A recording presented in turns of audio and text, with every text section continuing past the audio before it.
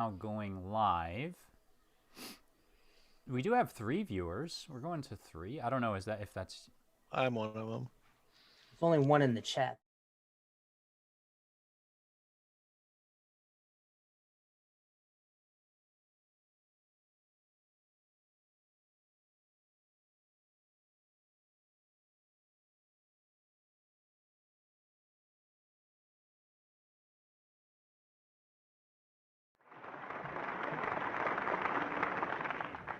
Well, it's very nice to be here.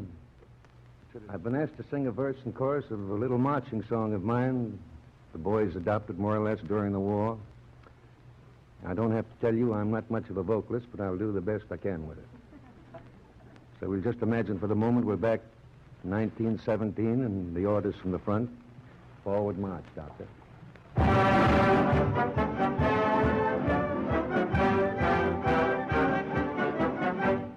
Johnny, get your gun, get your gun, get your gun. Take it on the run, on the run, on the run. Hear them calling you and me, every son of liberty. Hurry right away, don't delay, go today. Make your dad to a sad and tell your sweetheart not to pine, to be proud her boys in line. Over there, send the word over there, that the Yanks are coming, the Yanks are coming. The drums coming everywhere, so prepare, say a prayer, send the word to beware. We'll over, we're coming over, and we won't come back till it's over there.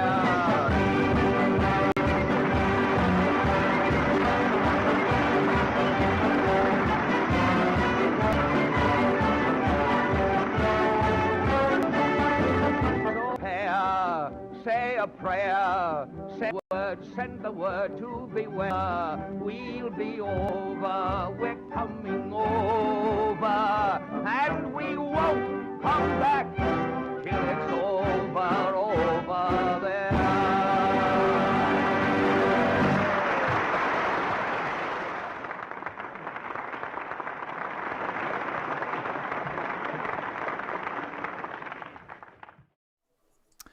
Okay, everybody out there in YouTube land. I'm Matt Yancek.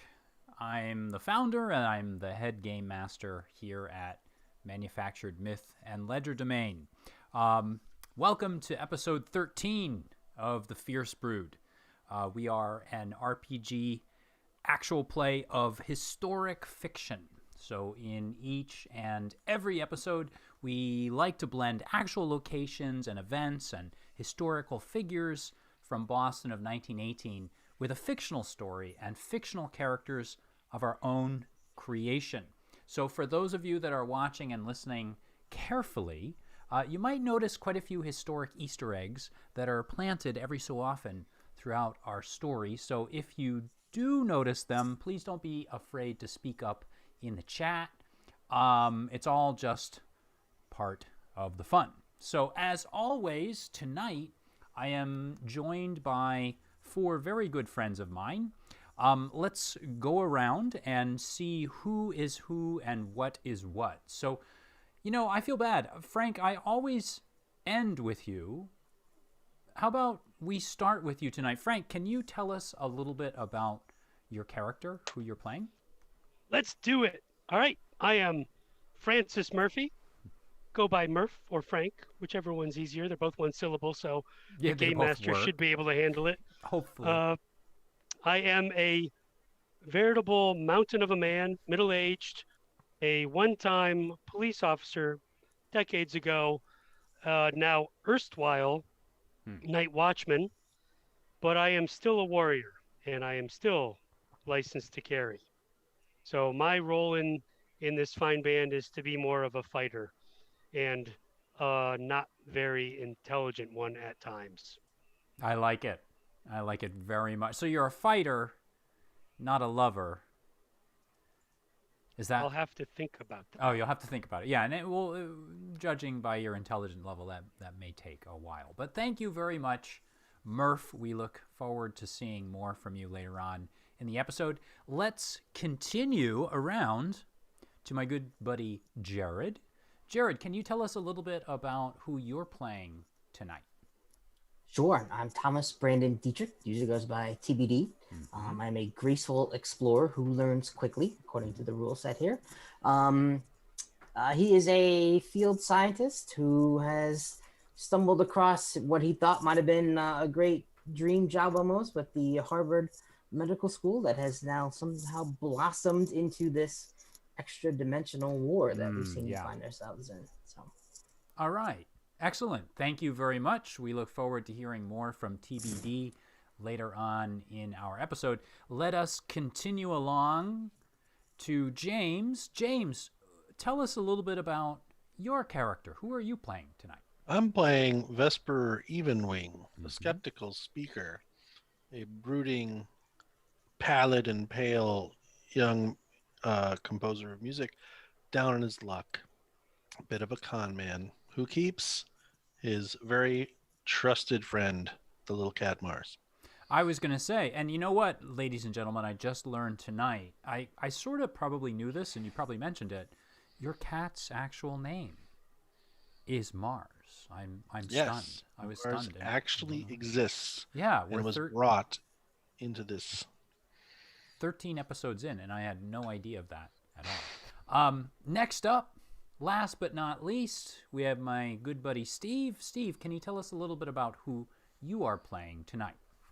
Sure thing. I am portraying Ezekiel Z. Brewster, goes by Z. He was born to a Boston Brahmin family, and then due to some strange circumstances was exiled from that life when he was about 15 years old.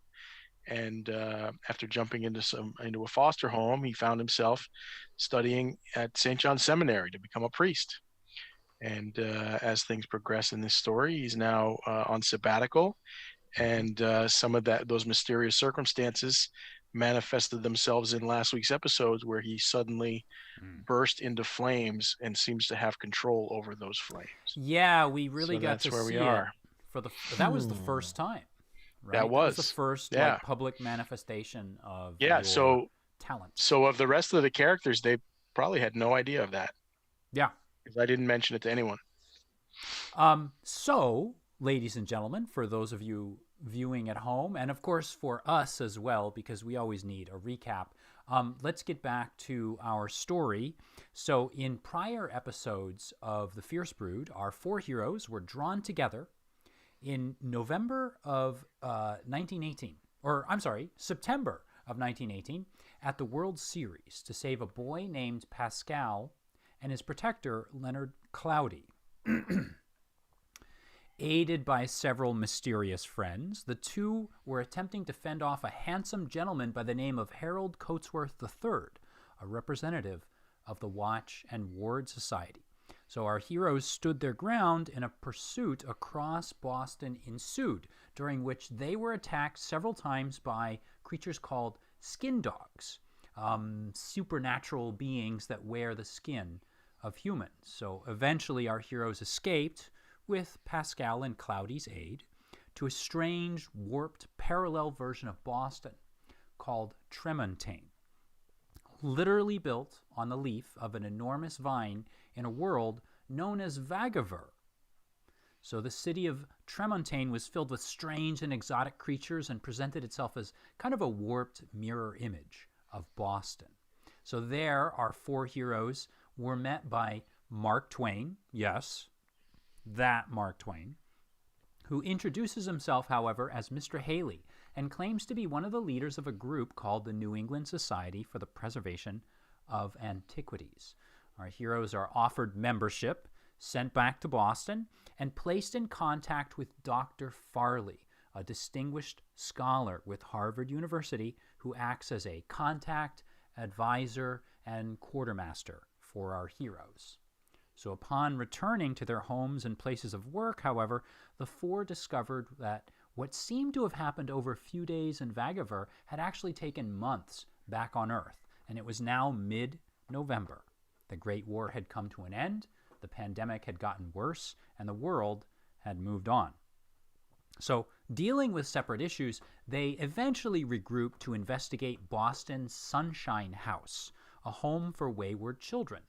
There, they met a fellow by the name of Humbert Pantsman, leader of the Sunshine House, and a man identical in visage to Harold Coatsworth III, strangely enough. They also meet a nurse they'd encountered at the World Series earlier on in their adventure.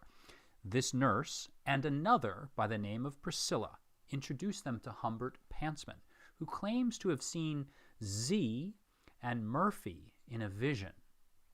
The two of them then enlist in routine duties at the Sunshine House, making shoes and boots to send over to troops fighting a war that has only hours before ended.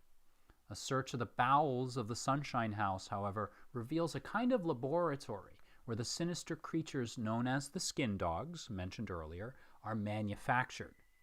Meanwhile, Vesper and T.B. Dietrich investigate the Purity Distilling Company, and there they find several warehouses flanking an enormous storage tank that looms over the neighborhood. They also discover a clue. Trucks from Boston Standard Shipping are bringing a mysterious cargo onto the grounds, transporting it from Commonwealth Pier. Later that day, they finally confront Harold Coatsworth III, and a battle ensues in which our four heroes barely escape, pocketing what appear to be three strange objects. These would be the ciphers of our cipher system, brought over from Vagaver. Using his ability to open doorways to Vagaver, Vesper also confirms a startling discovery, that agents of the Watch and Ward Society are working in league with the Germans. And so that, ladies and gentlemen, brings us, for the most part, in the grandest sense, up to speed on where we are in our story. And at this point, I'm going to turn things over to my players and ask if there's any clarifications needed, any questions they may have. And we're going to sort of talk about where we're picking up from this point. So, gentlemen, any thoughts? Or not?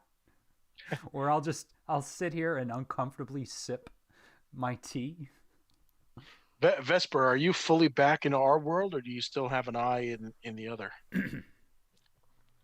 I believe that I did snap back to Earth at the very end of last game. Yeah, I had sort of felt that the connection had been broken.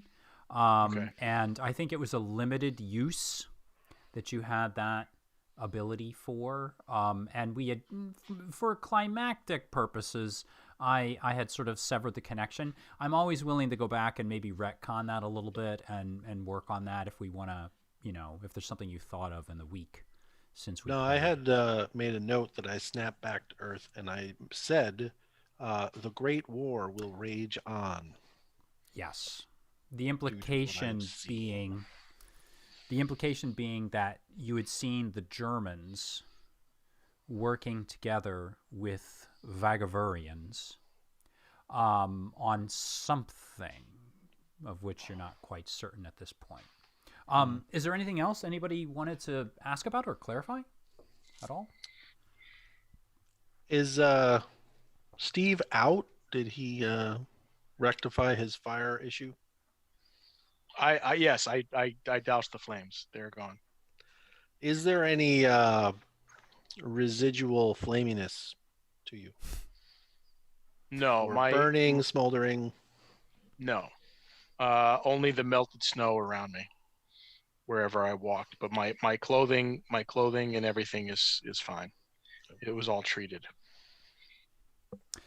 So are there any other questions from players or things that need clarifying? Things were in like Vagaver time for a while. But we'd since been out of that. I was exploring, and they were all talking to the gentleman there, and it's been Jim, back right? in real time. Yeah, you are all back in real time, and you were talking to a gentleman. Actually, I believe it was TBD, was it not, that was talking Yeah. to James, or Jim, as he referred to himself, a rather handsome-looking man wearing a very nicely fitted suit who was reading the newspaper. You had walked over to him in order to, well, just sort of figure out exactly what his angle was.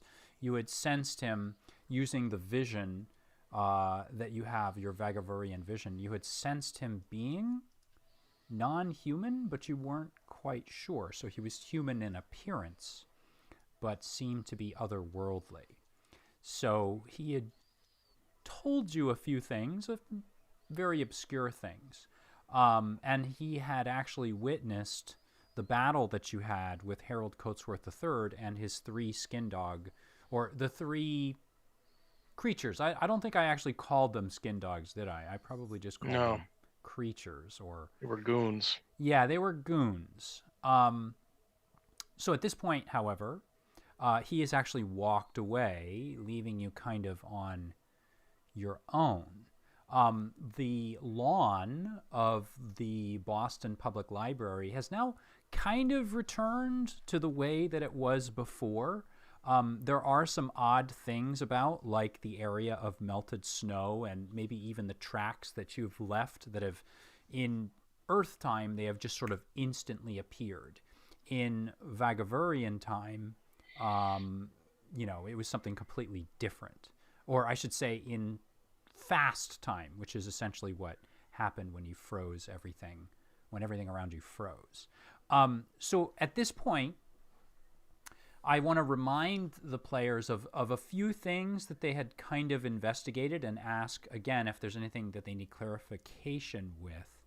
I do know that Vesper and TBD had gone up to the North End, where they had investigated Purity Distilling, and they discovered that connection with, they had actually looked at the moving companies, or the transportation companies' invoice, and seen that there was something coming and going back and forth between the North End and Commonwealth Pier.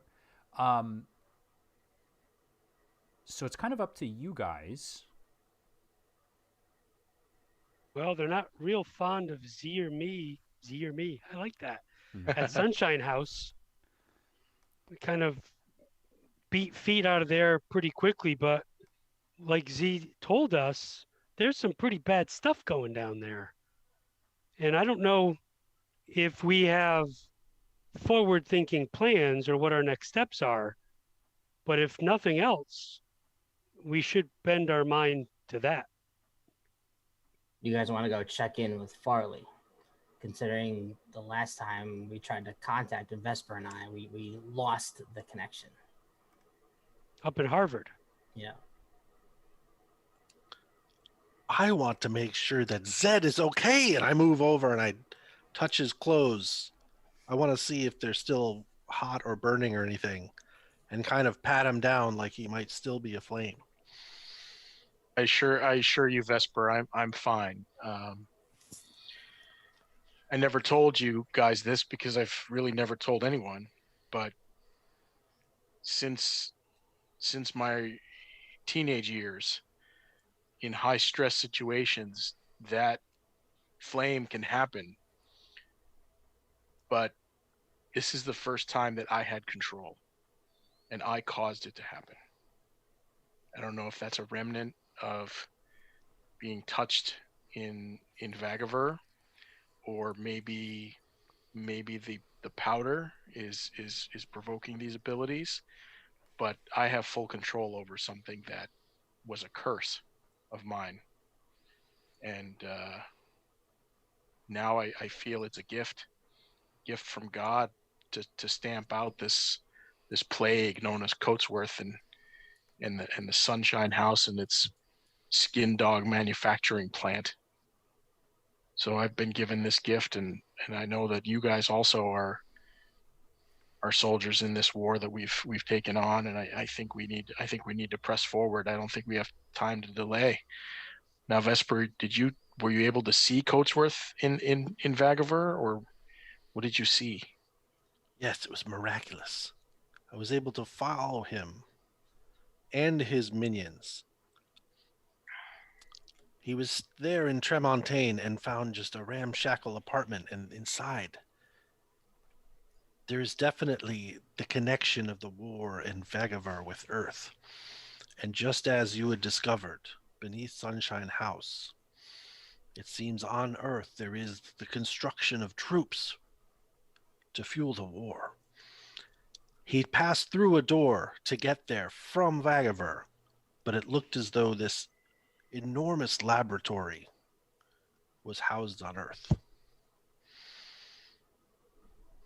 And if we are to put any pieces together of which we have,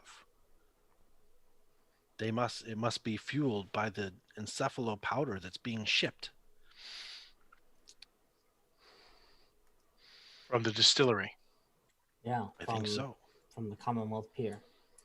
Well, if this encephalo powder should fall into the wrong hands, Vagaverian or Earthbound, it could tip the scales of this war. It must be an catastrophic. enormous amount. But then I we've think seen. No, I say we've seen what a pinch can do. So never mind an industrial supply. Do we destroy it? Can we destroy it? And do we do it alone? Should we get more help? Or at least let them know. we need to bring someone from the society in. Right. That there's this big of an operation to create this powder on Earth. Do they even know of its existence? Right. Well, I think we have two options. One is Farley, and the other is the man himself, Haley. Do we use our powder to go back to Vagaver and speak to him directly?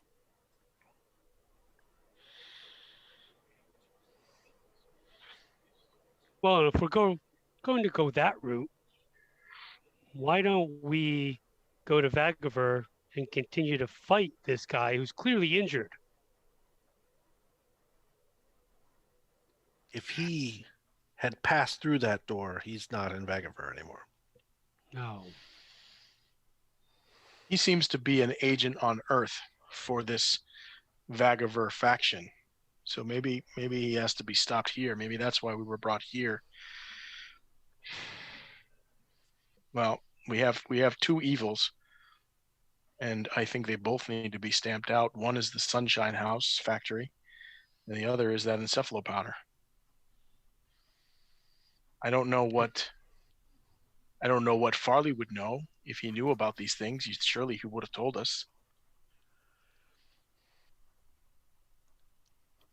Maybe, maybe not, but he can also help spread the word to the rest of the society while we do something else. If you wanted to take a more frontal assault against the orphanage, for example, we could use him in the background to continue to rally troops. I mean, he is our boss, Contact. so to speak. Yeah. So maybe go. And you tried to raise him through the Octo network, and we're not able to. Right. Yeah. There was interference of some sort, and then a call dropped. Well, Well- hopefully that doesn't mean that he's hurt. It's only after 11. So why don't we run up there and All try right. and nail him down? And that teacher's lounge has some delicious danishes. So that's where my vote is. Okay.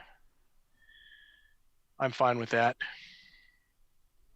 Do we have any other business here before we go to the car? Is it safe even for you to drive? Isn't traffic stressful? I'm in full control now, Vesper. You have nothing to fear.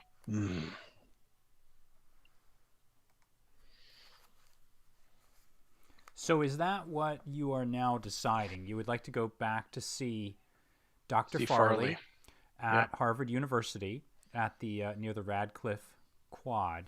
Let me ask you, this note now.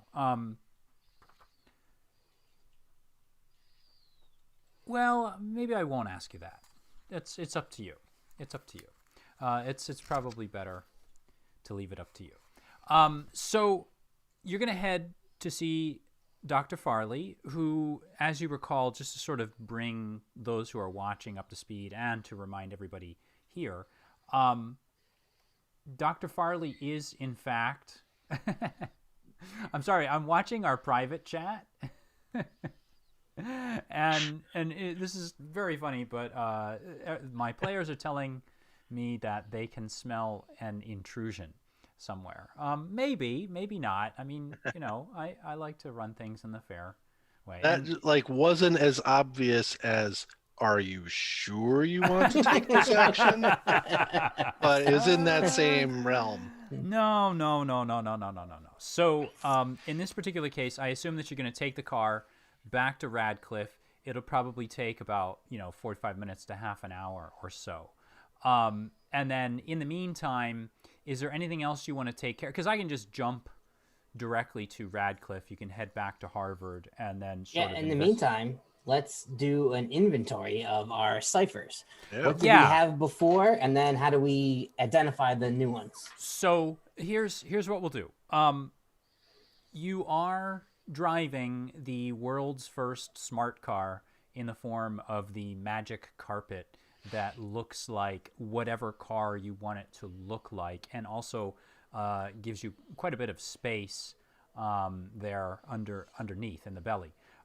So while the car is making its way to Radcliffe, you can all head down into the living spaces beneath, and you can take a look and inventory what it is that you've picked up.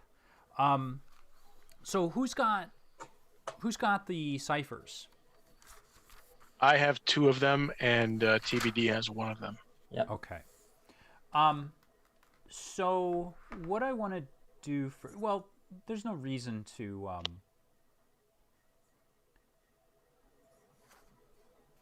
I'm going to say that one of them right off the bat, you do not even have to roll to recognize. And now I'm metagaming here a little bit for the sake of clarity. One of the ciphers is a cipher known as controlled blinking. And you're easily able to identify this cipher because this is the phenomena that you actually had to deal with in your combat with the 3 thugs in our last game. And the definition of controlled blinking is that it's a cipher that's 1d6 plus 2 levels. It's on page 386 of the main book, and the effect is this. For the next day, each time the user is struck hard enough to inflict damage, they teleport to a spot they desire within immediate range. Since they are prepared for this effect, and their foe is not, the user's defenses are eased for 1 round after they teleport. So if you guys sort of recall, I believe it was you, Murphy, I can't remember if you hit one of them with his own bat, or if you had punched him, or if you had thrown him down, or maybe it was someone else. You had actually hit someone, thrown them on the ground, and they had disappeared and reappeared behind you. So this is essentially what that creature, that thug, had been using. So this is controlled blinking. We can roll for it after maybe you identify the next 2 ciphers and you decide who wants what and how you want to divvy them up. That way, whoever gets that cipher can decide the level themselves. So that leaves you guys with 2 more ciphers.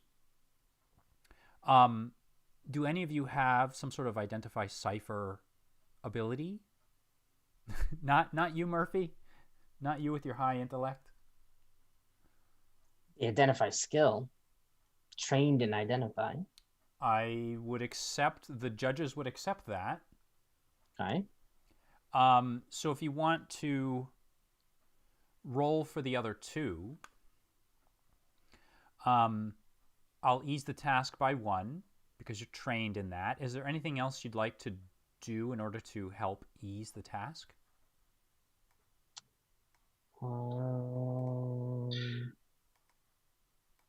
Could I offer assistance to him Sure. using my I have the repair skill, mechanical repair. So if any of the ciphers are of any kind of mechanical nature. I like that. And looking at them, even without rolling, you can sort of tell they're this sort of bioorganic, biomechanical sort of. I'll use 1 level of intellect as well. 1 level of intellect, so we're easing the task by 3. Go ahead and make your roll. 14. Okay, so with a roll like that, I'm going to allow you to just go ahead and identify both of them. One of the ciphers is something called Best Tool. And for those of you that are following along at home, Best Tool is on page 384 of the revised cipher system rulebook. The level of Best Tool is 1d6, and it provides an additional asset for any one task using a tool, even if that means exceeding the normal limit of 2 assets. So you could potentially have 3 assets. You could apply them toward some sort of task. Okay? The second cipher that you have is also on page 384 of the revised cipher system rulebook. And this cipher is called Adhesion.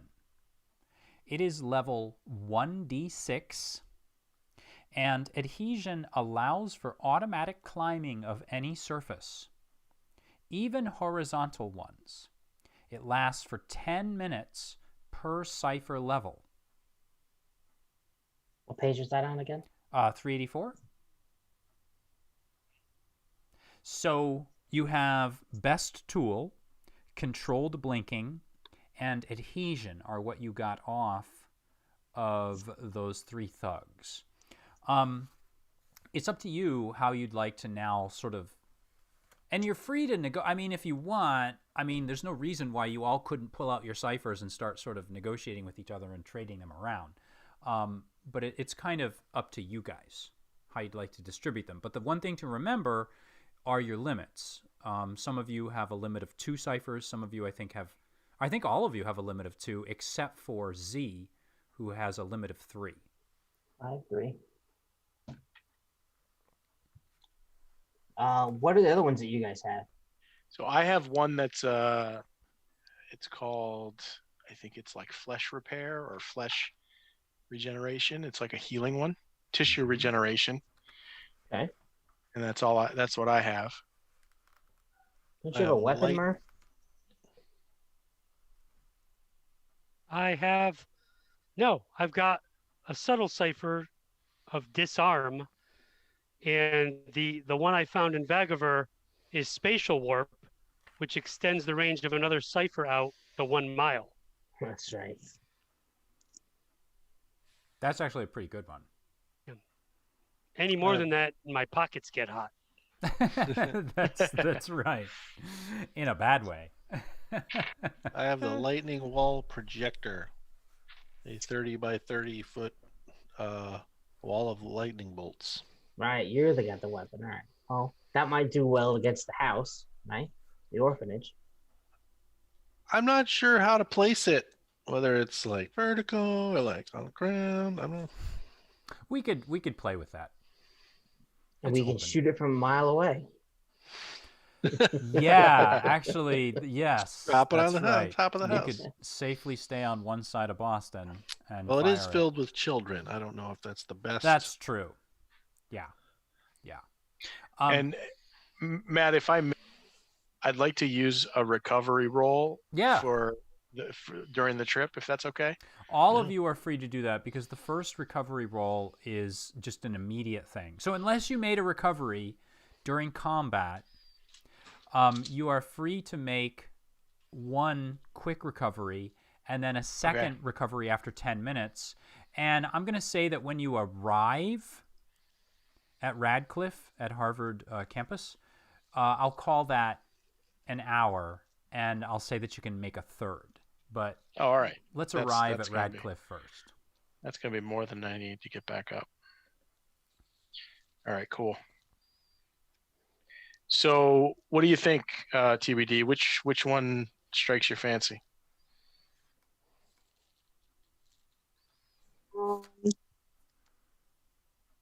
Either best tool or adhesion.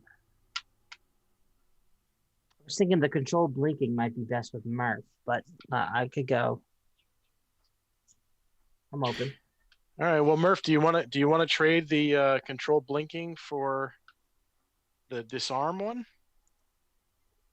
I like the idea of being able to get the drop on somebody at some point. Okay. So I'm going to keep that one near and dear to me. The other one seems to amplify Another other cipher. ones. Yeah. Yeah. So maybe having that one in addition to my tissue generation could give us like a good healing Ranged healing. range. So how about that? How about you take the controlled blinking and I'll take the amplifier. Spatial warp, page 287. Z. All right, very good. And then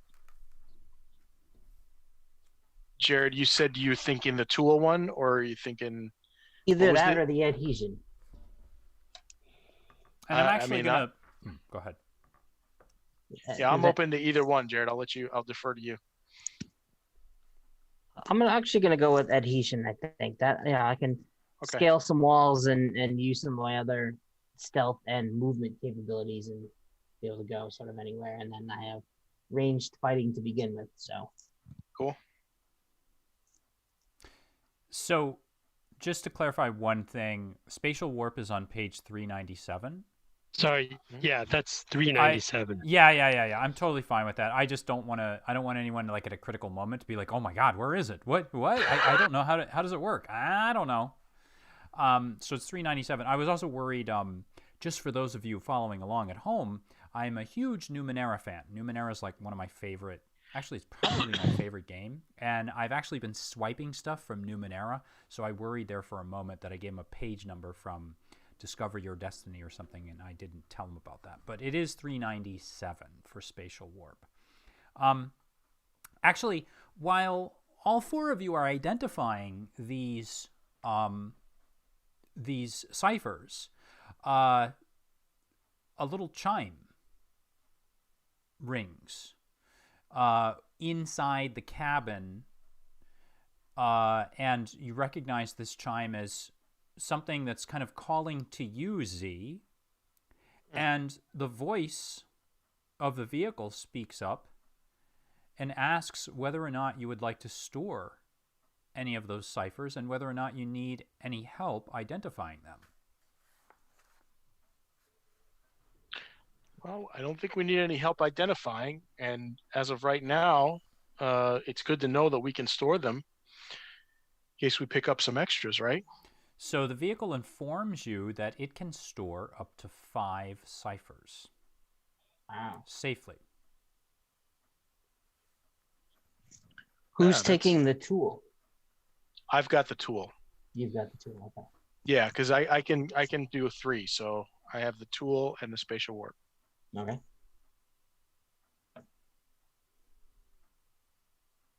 So are we all set as far as distributing these goes? I believe so. I think so. Okay, perfect.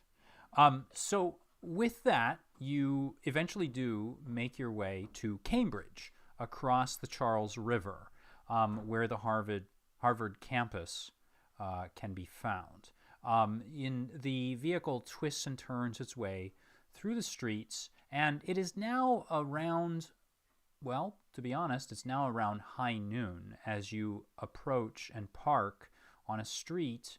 I'm going to say Walker Street. I actually don't know if Walker was there back then, but it's there now, so I'll just use it. You park on Walker Street, not too far from where Dr. Farley's office is. And you're immediately struck as you leave the vehicle, just again by the fact that here it is, the war has ended, and there is a spring to the step of just about every student. And as you look around, you kind of think about the fact that most likely every student here knows someone. They may have a brother, a doughboy, across the ocean, there in Europe fighting a war. And that, as a matter of fact, many of these students are probably not fighting the war because of a brother or perhaps a father that is across the pond, shall we say, fighting. And everyone is particularly excited by this. And there's a chatter that's going on. And once again, you're noticing that a good number of people actually have their masks on. And that there is still a pandemic that is now worsening. And unfortunately, though, there are quite a few that don't have the masks on. But as you then exit the vehicle and make your way to Dr. Farley's office,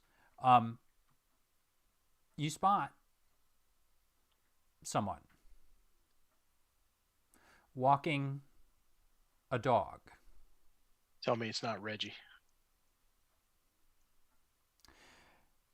This is not Reggie. You immediately recognize the nurse that you've now seen twice. Wait, Priscilla or the one from Fenway?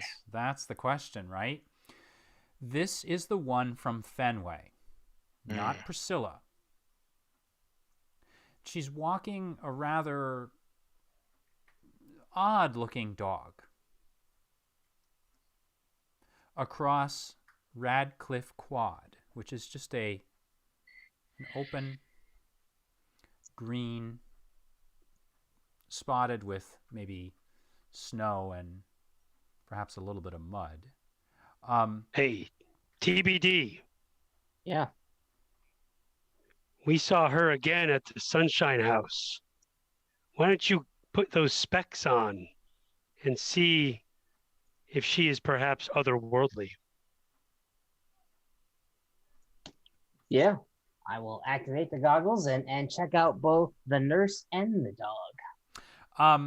The dog, you don't even have to roll for. The No, dog boy. is a skin dog. Of course. And as a matter of fact, again, you don't have to roll for this. It's the other half of Reggie. As you recall, jumped through the window, slammed into the sidewalk, and then shot off across the street into an alley somewhere. And you recognize this. And looking now at the dog, it doesn't look very healthy. But the nurse is wearing sunglasses, has a kind of a thick, warm fall hat on, and has her coat collar drawn up as if she were going incognito. Now, as far as she goes, I'd like you to make a roll and let me know if you want to ease the task at all. And because I'm so sorry, everyone, I forgot to do this with our first roll. Here is the way that Cipher System works. Every single task is rated on a difficulty level from 1 to 10. And you use any one of three stats, might, speed, or intellect, to try to defeat the task difficulty level. And then in order to lower the task difficulty, the player and the game master negotiate using skills, assets, and abilities. So I have a task difficulty level in my head right now, and TBD is going to try to lower that. And if he can lower it enough, he might not even have to roll. You've already got the glasses as an asset, right? So Okay. I am trained in perception. boom, that's it. It was going to be a roll against a 3, so you're set. You don't even have to roll. Okay. Can I So also tell you another reason why I don't have to roll? yeah, go ahead. All right. Because I Tell now me. have the expert skill feature so that I can auto succeed on a skill I am trained in as long as the difficulty is 4 or less and not an attack or defense. Is this something that you Just You got at just- level 4. Oh, you just leveled up to it. Nice. Wow. Yeah.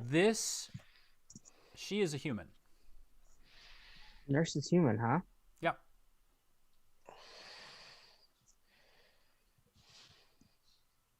So at this point, she is actually looking around as she walks the dog. And she doesn't appear to see any of you four. And as she walks around, she finds a bench way off on the other side of the quad where the women's dorm actually is. And she just takes a seat. And she's minding her own business. So we all saw her, or just TBD? You all see her Oh. at this point. She was pretty easy. I mean, the skin dog kind of gave it away. You wouldn't have been totally certain of this, but TBD has just sealed the deal using his vision. What do you want to do, guys? Should we I engage? owe that dog. That's the other half of Reggie, and I was in the shower. That's low. I was You don't in do the that to a shower. man in No, the shower. Exactly. Well, I'm interested to see why we have a human in league with skin dogs. Well, recall Z at the Sunshine House. She was really scared of Pantsman.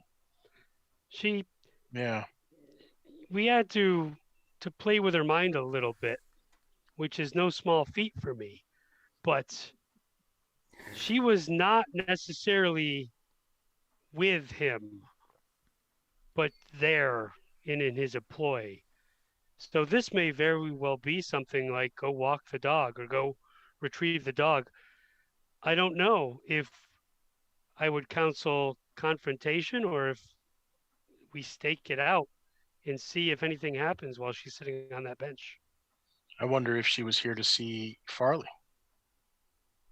Keep tabs on him. While we're talking this through, I'm gonna go ahead and just do something. Sure. And use my distance viewing ability, Ooh, Yeah. and just right by the bench, I'll plant a beacon for myself. Oh, cool. And That's- yeah, and then I'll be able to, when I concentrate, listen in, just to see if they're communicating, if she's communicating with anyone else, or just idly mumbling to herself. Can you tell me, can you describe to me exactly what the skill, or I'm sorry, what the ability, it's an ability that you have, or this is a... It is. It's on page Okay. 130, distance viewing. I concentrate to create an invisible immobile sensor at a location I've previously visited or viewed. And it lasts for an hour. And once it's created, I can concentrate to see, hear, or smell through it. Can I make a suggestion? Are you allowed to plant that on her in case she moves? This is something you would probably think about, but I don't know. What do you think? Yeah, I just used it to travel through to Vagaver as Sure. a thing, so I could feel inspired to do so. Yeah, I'll just pick a spot on the lapel. So how does it work then? Or I mean, how does it deployed? What exactly happens? You tell me, and then I'll run with that. Unless you want me to make it up. I think I'll let you go with it. So the first time you did this, it was a little bit of a trial and error sort of procedure. But after this last time in which you actually sent this beacon over to the other side, what you felt was you had this ability tested for the first real time. And now, after sending it across such a great distance to Vagaver, you feel as if this is child's play. This is the length of, this is maybe 100 yards away that you have to send it. And for you, you simply look at the lapel, and as if you were sort of splitting your mind into two, a very small version of you and the normal version of you, it fires off almost like a dart, and it's right there on her lapel. And immediately your senses begin to sort of split. And there's that feeling of a little bit of disembodiment, but again, after the great distance that you've sent this transponder, this whatever you want to describe it as, this is child's play to you, and soon you've got your equilibrium back about you, and you can smell the scent of that skin dog, and you recognize it immediately, because this is something maybe that you smelled on TBD when he later on met up with you again. It's the actual dog, the skin dog that had attacked him. You also smell the scent of her perfume, and you feel the cool breeze of where she's sitting, and you can feel her hair as it kind of moves over the transceiver, for lack of a better word. And you can also feel the slow and easy and steady rhythm of her breath as she breathes in and breathes out.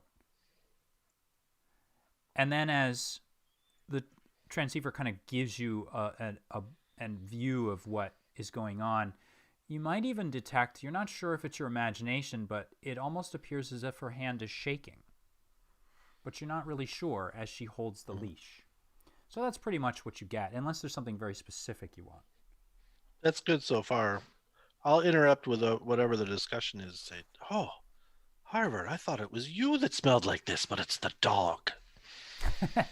Always the wet dog, man. Right. She seems nervous. If we press her, maybe she'll give something away.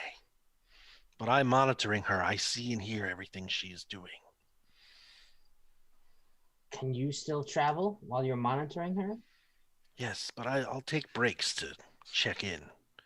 And maybe near enough, I'll just take my leave to keep an eye from afar. All right. With that, does anyone else want to do anything, or do you want to just go right to see Dr. Farley right now? Yeah, now that we got her monitored, I don't mind leaving. Murph, were you going to say something? No. We seem to have her covered pretty well. So I'll tag along with everyone else. There's food in there. That's right. Your super nostrils pick up on the smell of a continental breakfast that is a complimentary stack of donuts and danishes for the Harvard professors before they, or left over from the morning breakfast. As you enter Dr. Farley's, the building where Dr. Farley is, you make your way down the halls. You pass by the teacher's lounge where you were before, and then go up a couple flights until you get to, I think it was either the second or the third floor, and then you head down to Farley's office. And actually, Farley doesn't appear to be there. No matter how many times you knock on his door, the light appears to be out, and he doesn't appear to be there. I'll try to hail him through the octopus. Tell me how you're going to do it, because this is actually the first time you've tried to do this. I know that TBD tried it earlier, but how are you going to try and do this? Oh, knowing that, the network that these octopi are on is probably tapped into Farley's, I'm going to mentally instruct my embedded octopus to try to reach out and see if he could talk to Farley directly. Okay, go ahead and make your roll. A 5. That does it. And you succeed where I believe it was TBD or Vesper failed earlier. Perhaps it's the proximity. You're not really sure, but what you get is a very smooth voice, the voice of Dr. Farley, who bumblingly, despite the smooth connection, Z, is that you? I'm teaching right now. What's going on? We have some information. We met up with Coatsworth. Oh, you what? Oh, okay. We're at your office now. I know that. I can tell. Okay. I've got about 15 more minutes before. Is this something I need to break out of my class for now? You know what? Don't answer that question. And then you just get this kind of clip as if he's gone. You guys up to anything right now, or just going to wait for him? He obviously seems I'm gonna flip back to have Vesper check the in. nurse, see if she was if these communications disrupted anything, if she's seeing anything, or if anything's happening there. The nurse has stood up now, and she has just slowly walking the skin dog. And she's been kind of she'll go back and forth for a few minutes, walking the dog. Maybe it even pees at one point. And then she takes it back, has a seat on a bench somewhere, and waits. I'm going to just lean against the wall so I'm fairly stable, and I'm just going to stay with her. So watching her, this will just continue until Dr. Farley comes running up the stairwell, enters the hall, and then brushing past a few students who are trying to ask him some questions about what's happening with the, on the midterms later on in the year. He nods to each and every one of you and then unlocks his door, offers the four of you to enter, to which I assume that you all go inside, and then he slams the door shut, pulls the curtains, and he does that thing where he sort of becomes Langdon Clemens, and there's a folding and unfolding of light around his body as he goes from being the clumsy Dr. Farley now to Langdon Clemens, the supposedly dead son of Mark Twain, who is actually alive and seems to be in exile of some sort on Earth. You talked to him. Did more than talk, Langdon. We met him at the library, and we had a plan in place, but then he just arrived out of the blue before we got downstairs to the basement. And he had three goons with him, and Couple of heavies, and Murphy and TBD and Vesper. They all handled them, and we set fire to Coatsworth, and I think we heard him, and then he opened a portal and disappeared. His eyes grow wide as you tell him the story and perhaps, give him the general overview of what's happened. And he looks overwhelmed. Why didn't you contact me? You could have been killed. We could have perhaps caught him. What were you doing? Did you think you were going to take him on by yourselves? He looks at you, Murphy, and shakes his head. Wasn't a problem, but my associates did try to reach out to you at one point. Couldn't get through. Over the comms, yeah. Couldn't get through. The other night I should have, or the other I'm losing track of time when this was that time when I was contacted that the game master can't remember if it was an hour before, if it was like the day It was before. in the early morning. I think it was early morning. Yeah, today, it was early morning. So with that, he just sighs and he collapses in his chair and shakes his head. My God, I was so stupid.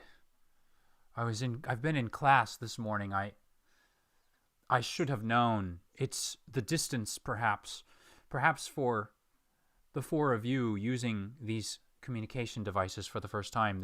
It may be difficult, but with training, I should have known. See, there's more. You want to give him the rest of it? About the orphanage? Yeah, remember the Sunshine House, Langdon? I do. I've heard of it. Of course we do. There are some times when Remember Pantsman? Remember I showed you Pantsman who looked like Coatsworth? It's a skin dog factory, Langdon. They're making skin dogs out of those children. It's not just shoes. With that, if he collapsed in his seat before, he turns into a puddle in his seat at this point. My God, it's worse than we'd feared. They're manufacturing them here, but of course it makes sense. Something like that would be easily detected back in Vagaver, but here, where our reach is not quite, our grasp is not quite as strong. My God. So, almost as if on cue,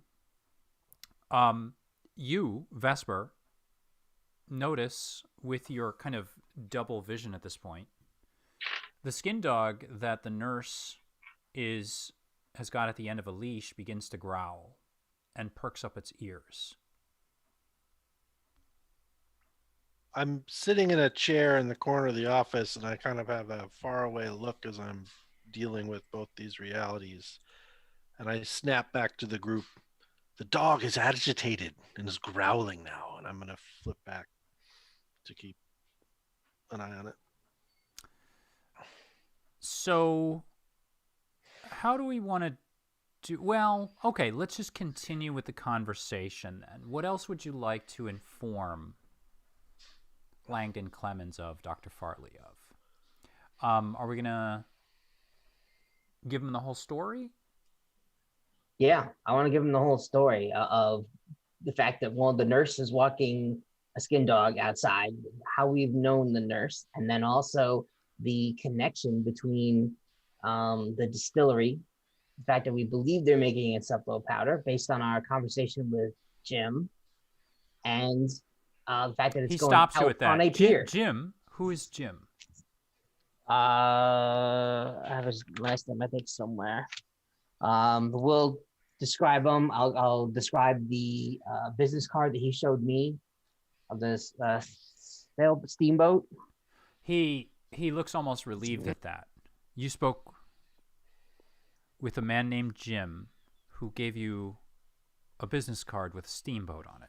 Yeah, he witnessed our fight with Coatsworth. He stops for a minute as if there's something on his mind that he might want to say, but then he dismisses it.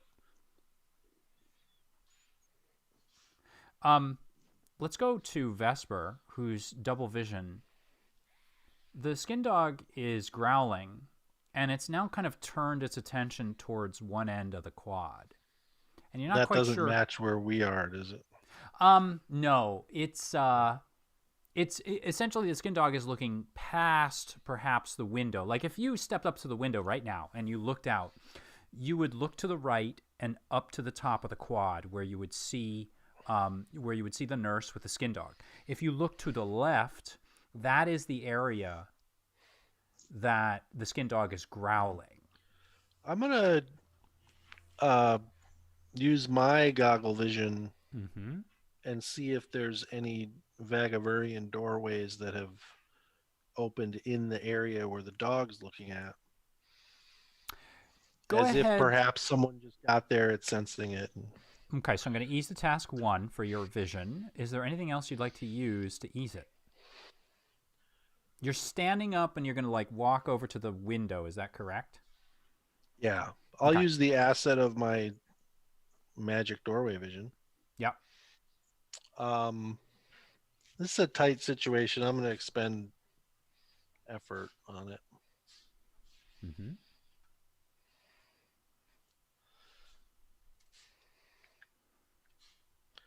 And there we go. Here we go. 15. Nice. 2 doorways just opened up. So if you're looking up to the right, you see her and the dog. If you look to the left, that's where that's a direction that the dog is growling in. 2 small doorways just opened up right now. Okay. Yeah, right away, just someone's here. They've just arrived from Vagaver. And they step right out. Whatever they are, they're humanoid in appearance, but whether they're Vagavurian or human, you're not sure. They are humanoid. I'll Am I beckon able to see them TBD from the window? over and Yeah. just point them out. When you end up turning your head and Vesper points it out, at that point, you don't act. What you see is you see that same sort of doorway as it collapses behind 2 figures that you immediately recognize as Reggie. In other words, you're looking at 2 Reggies that just stepped out through those doors.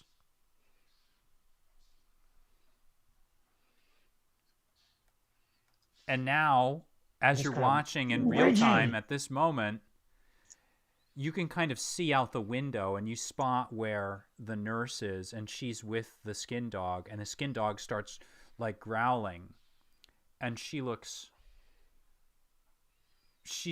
up, and she doesn't look like she's quite ready for this. And Reggies are walking forward at this point, and they're kind of flanking outward. And Farley, who is actually Langdon Clemens, is still a miserable puddle who's just more and more depressed as you explain what you think is going on and how this has all been going on underneath his nose. Blah, blah, blah, blah, blah. I want to tune in with her and my sensor there. Is from the location of this, is it heaving? Is she seem very excited? Can I hear a very fast heartbeat? Is she like extremely nervous at this? Tuning in, what she's doing now is she's crouched down, and you can visually confirm this. She's crouched down next to her own skin dog, and she's petting it, and she seems very, very nervous. And the skin dog is just growling at these 2 Reggies that are now approaching and getting even closer. So they were at about 100 yards.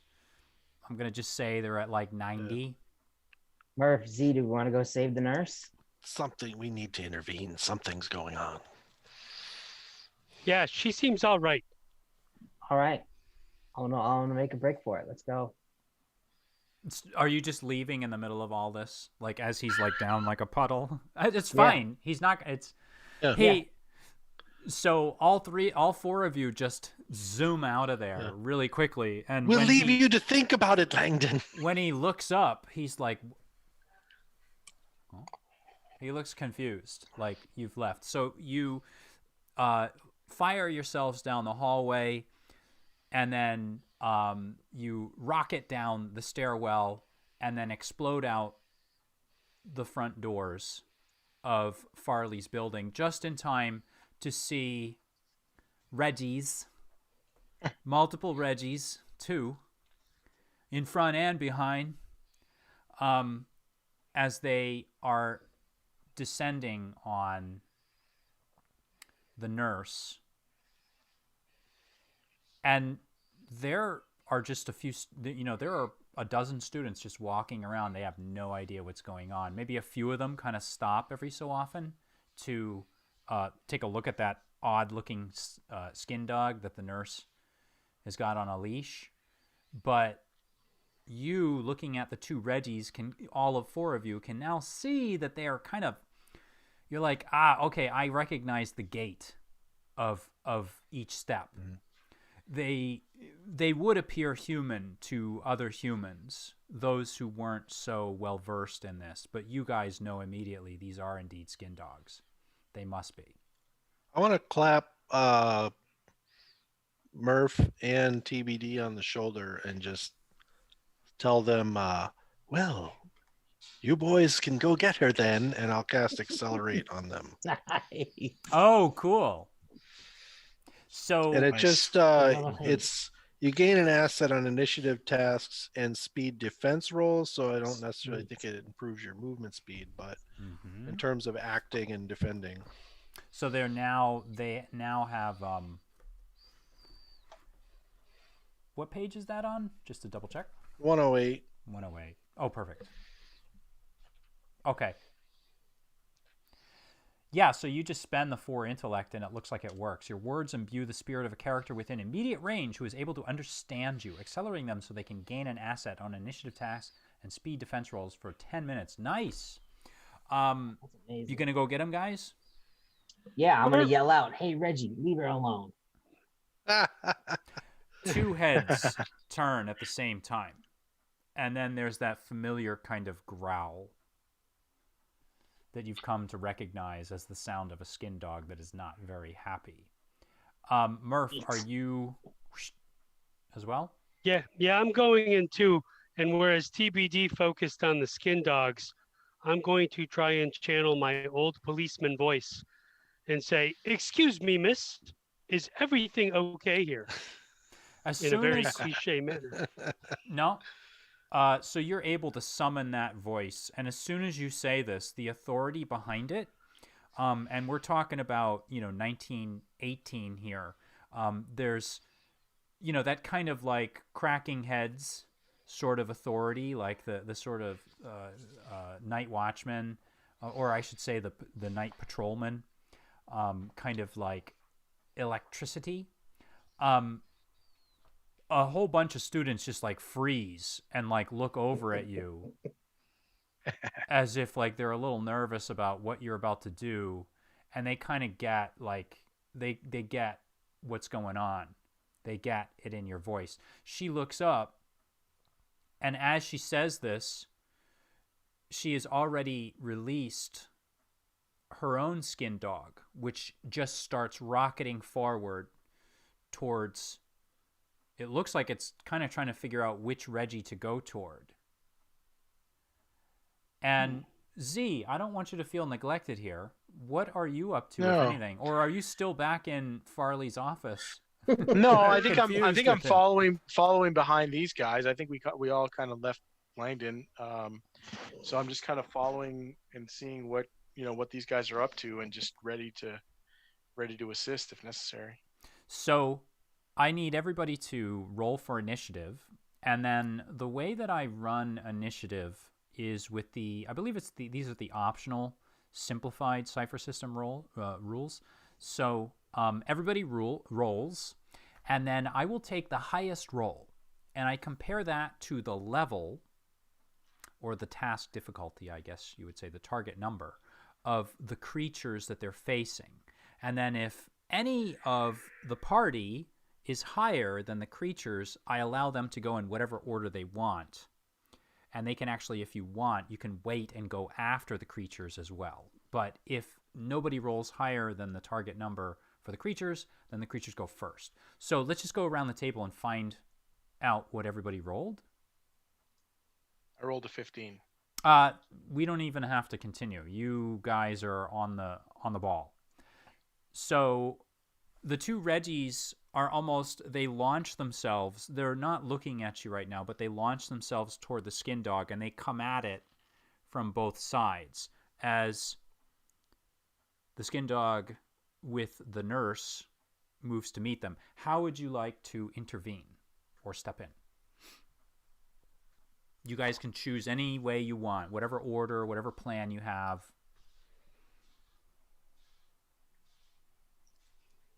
I'm going to use the bit of speed that Vesper gave me. Mm-hmm. I enjoyed having it at the library before. I'm going to use it to close the distance because, quite honestly, here we are in Cambridge, the sounds of gunshots ringing out will not go over well. Yeah, Correct. probably not. So, given my background, I am not shooting my weapon, but I am closing the distance, and it's going to be melee time. Okay. Sounds good. So, your speed is good for, it's accelerated for speed defense rolls for 10 minutes. So as far as running goes, I don't think that it's actually, it's not, it's not going to like double your My range pace, or anything like which that. is slow already. Yeah. So you barrel forward and you're going to you're heading toward her. Yes. To help her and out. I'm on the right and TBD's on the left facing this mess. Okay. Just because I always like to shield my bad leg. So I'm just heading in. Okay, got it. And then what's everybody else doing, just so I can kind of figure out what happens here? I will also close the distance and look to interact with one of the Reggies. Maybe the closest one to you, I would assume. Sure. Yep. When you say interact, does that mean politely address them, or does that mean like sack them? Yeah, I'm gonna go with more of a grapple restraining attack. I like it. Okay, cool. Vesper, is it fair to say that like just the action of you maybe casting this on them probably takes up your turn, or? Yeah, I think so. Do you have to and if focus I can, on it? No, it's fire and forget. Okay. And then if I have any movement or anything, I'm just going to be trying to keep up with TBD. Yeah, so maybe you're coming up behind him just to maybe support him. And then Z, are you just sort of holding back? And I want to hang back, and in my mind, I'm thinking how I can get perhaps to the nurse in a kind of a protective mode. You could just head up towards the top and curve around a little bit. So you could follow along Dr. Farley's building and then hook to the left, and then you'll come up like beside her or behind her, depending on how you want to approach. Yeah, I want to avoid the conflict, of course. Yeah, right. I'm not built for combat, but yeah, right. and try that. Okay. I'm not built for combat, says the guy that can burst into flames. That's magic. Right. Okay. It's more like an effect. You guys are like paladins and barbarians. Right. I do different things. So as both Murphy and Dietrich fire themselves toward the Reggies, neither one of them are paying you heed, and they are actually using their turn to just go straight at the skin dog. And the three of them kind of come together as they come together.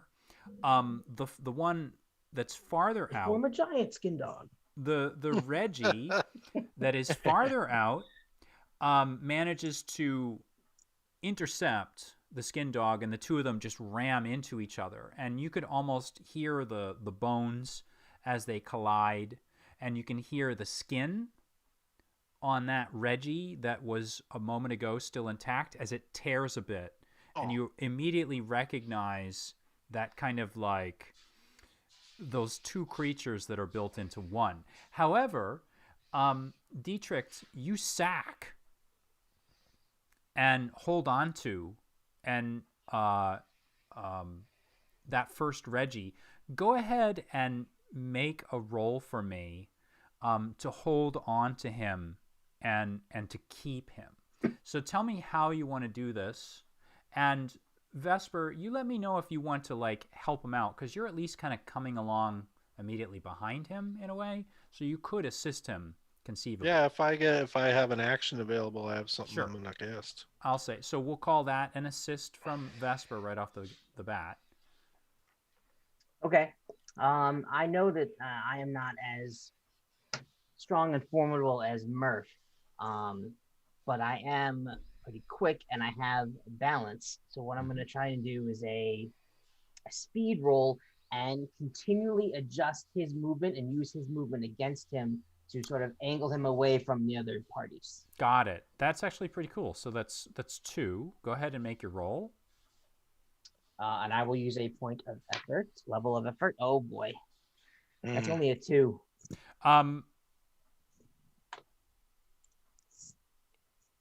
Unfortunately, it is not quite enough. No. Though you manage, in a way, what you actually end up doing is kind of like propelling yourself around, and then you and Vesper, who have never worked together from a physical combat standpoint, maybe have a little bit of trouble coordinating, and you're both you do the right thing. go It's just that left. at slightly different Yeah. times, one of you zigs when you should have zagged. And unfortunately, you're not able to make it. The good news, however, is that skin dog, that Reggie, though you do brush up against him, he launches himself at the original dog, the nurse's dog. And so at this point, they are now engaged, and they seem to be, they're going at each other like you would imagine a pack of dogs that were fighting together would. And so they're not even paying you heed, except all of the other students are like witnessing this, and they're just stunned. And we're with Murphy and I'll say Z right now as you kind of make your way quickly to the nurse. Is there anything you're choosing to do at this point? I think it's damned peculiar, and I'm not saying this out loud, that there's skin dog versus skin dog going on here. It's Yeah, it is very weird. it's bewildering, but we recognize, and I don't know that we ever got her name. Nope. Quite You did not. honestly. Nope. So jumping into her because they're not paying any attention to us. Miss, do you remember Z and myself from Fenway Park She and looks again up. at Sunshine House? You're in danger. I've come here to help you. You're You helping don't know us. how much danger you're in right now. And that's about all the time you have, That's it. because That's one action. that's pretty much it, because we're going to go back to the top of the round. So we've got Vesper and Dietrich, who at this point are free to make an action. Those creatures are just going at each other. And there's students have dropped books, and they're all kind of in this kind of weak sort of, not a circle, but they're maintaining a safe distance around them at the edges. A few of them look like they're running to get maybe police officers, or you can only imagine they're going to get someone to help out. It's up to you now to kind of do something as these creatures fight. I'm going to relay to the creatures that they've come an awfully long way just to get their asses kicked, and will disincentivize them. And I'm going to go ahead and do it, even though I'm not sure that Reggie/Skin Dogs can understand me. I think they can. But Give it a try. if You can give it a this try. is if that's it, then they will be hindered for all actions for the next round. Okay, so go ahead, and you've got that ability. Is there anything else you'd like to use to accomplish this?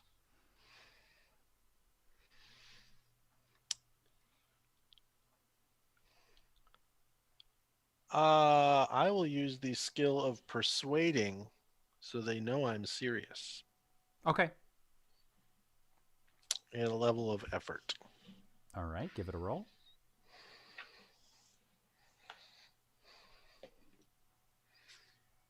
That's a 19. Nice. So, for those of you in the audience tonight, a roll of a 19 in combat is actually a minor effect. So in combat, if Vesper were actually trying to do damage, it would deal 3 additional points of damage. However, he has the option of taking those 3 additional points, or he could take a minor effect. It's up to you. Would you like to suggest a minor effect? That. Yeah. Yeah, I think I'll keep it easy. Mm-hmm. In addition, for them to be hindered with all of their actions, anyone else that is currently entangled with them, such as another skin dog or a Harvard grad, um, will gain an asset Oh, in I their actions. I like that. Okay, cool. So we'll give anyone that tries to entangle with these dogs an asset. And we're going to say that the three of them, as they entangle with each other, all cancel out each other's each other's assets and easings of the task. So they're all basically at the same level and fighting each other at this point. No, they're Oh. hindered. We are enhanced. So it's double. Oh,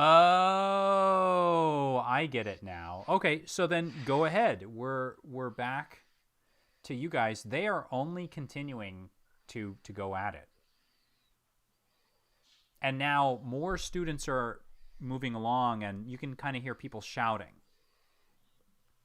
All right, I want to see if I can try and grab one of the bad Reggies. One of the Reggies. Go ahead and make a roll at this point.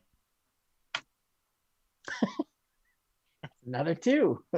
Wow. Unfortunately, you grab onto Reggie, and which Reggie it is, nobody knows, but you grab onto him, and as you do, you're hoping to grab onto the cloth of his jacket. Unfortunately, you come down on his neck, and as you pull back, you rip some of the skin dog's skin off, revealing the neck, and you sort of bounce backward with the flesh of Reggie's neck in your hand, and it's up to you whether or not you want to drop it or not, but Definitely dropping that. Yeah, it kind of looks like this kind of afterbirthy, kind of disgusting, filmy, gross stuff. And now people are shouting. I'm going to give you guys an action to talk to the nurse quickly. I seem to think I know what's going on. So Z, talk to her, find out everyone else is coming. And then I'm going to turn to the skin dogs. And as that action happens, I'm going to activate my Fury ability. Sure. Which it takes 3 might, and for 1 minute I get +2 damage on all melee attacks. Okay. And I'll let you go ahead and take an action with that. There's no reason why not. I mean, go right ahead. So do you want to use your Fury to make your attack? Yeah, I'm going to try to bash the closest skin dog. Okay. So go ahead and make your roll. And so Fury automatically gets you I'm easing the task by 1. Is there anything else you'd like to? Yes. I will have slipped the blackjack into my hand. So I'm using it as a tool. Yeah. Totally conceivable for you to have done that. Since I'm using bash, it takes 1 might point. It will inflict 1 less point of damage, but daze the target. Okay. Ooh. I rolled a 16. Nice. So It's more than 2. Yeah, so with that, you are able to crack one of the Reggies on the head, knocking that one to the ground, leaving just 1 skin dog and 1 other Reggie. Is there anything you're doing, Z, with that moment? Yes, I want to engage and talk to the nurse and ask her who's coming for us. What danger are we in? Is it Pantsman? Everyone knows who you are now, is about all she has time to say before we go back up to the top of the round. You know what you could do? You could take some encephalo powder, And bring her with you, stop time, and have like an hour-long conversation, like over tea and like snacks, while everyone around you is frozen, and then come back, drop down into real time, and it is conceivable. So we're back up at the top of the round, and we have a Reggie engaged with half a Reggie, the old half a Reggie, and then another Reggie that's on the ground and is just dazed and knocked out at this point. What are you two fellas up to? I'm looking at Vesper and Dietrich. I want to make a grab. Yeah, go ahead. A 14. 14 I say, will heal, dog, and I grab him. A 14 will do it, even without adjustments. And you manage to toss the other Reggie away, and he spins. And when this one hits with that tear that you gave him on the back of the neck, the Reggie cracks open. And as he hits, you can kind of see that his upper and lower body kind of like severs one from the other. and then you can kind of see one dog and another dog that are kind of trying to punch their way out. And at this point, it is not acting as a Reggie anymore. It's acting as two dogs that are kind of entangled upon each other. And now I can, there's just a mess here in the courtyard as as all of this has just transpired. What are you guys up to at this point? Because How big is the crowd? they're probably about a dozen people or so all around, scattered. Noticing them gathering, I yell out, "You people clear out of here! These dogs have escaped from a lab and they've been subjected to chemicals. It's dangerous." Okay, I like this. You're using your police voice. So I'm going to say that automatically, just because you had already used it before, I'm going to ease the task by 1 for that, because there's now this feeling that this guy knows what he's doing. Is there anything else you want to do to ease the task and see if you can get the crowd to disperse? Yeah, I want to apply 1 level of intellect efforts. I like how you said intellect very hesitatingly. Like what? That was very much in character. In intellect. I want to use intellect. That one. And I don't know, on that side, I am skilled in both intimidation and persuasion. Mm-hmm. So I don't know which one. Maybe I'll split right down the middle and use a little bit of both as I'm saying it. So asset, effort, skill. Okay. Give it a roll. Let's see what happens. I mean, these are very I rolled a 19. Oh, a 19 against a bunch of like college students. Harvard college students. I don't know. I'm not sure. So this gets you a minor effect, as I had kind of let the audience know earlier on. What would you like to do with your minor effect? Whatever could you want to do with it? I have a few ideas, but...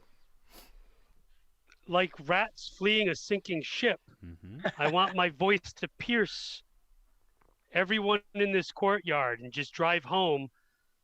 And just the words about lab and chemicals and knowing some of that mustard gas stuff that was happening overseas, that they just stop and go for the nearest exits.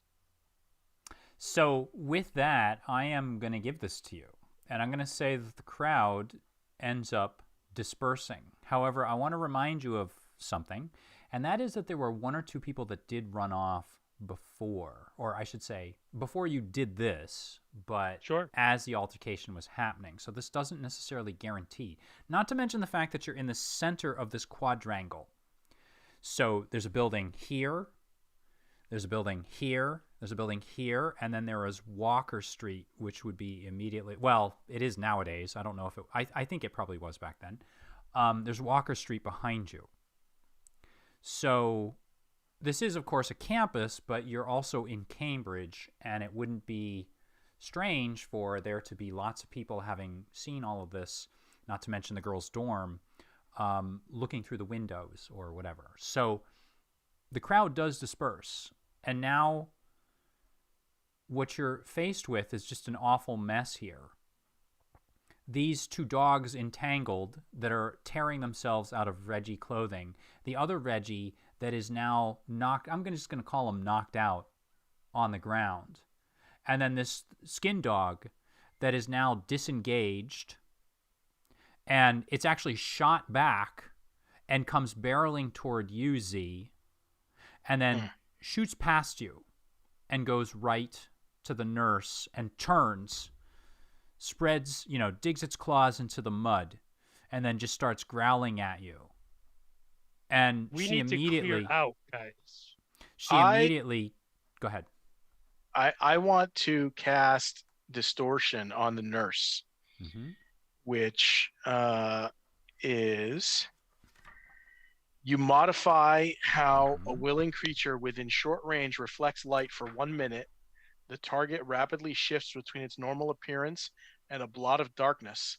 The target has an asset on speed defense rolls until the effect wears off. So basically, I try to turn her into almost a flickering shadow to protect her from the skin dog.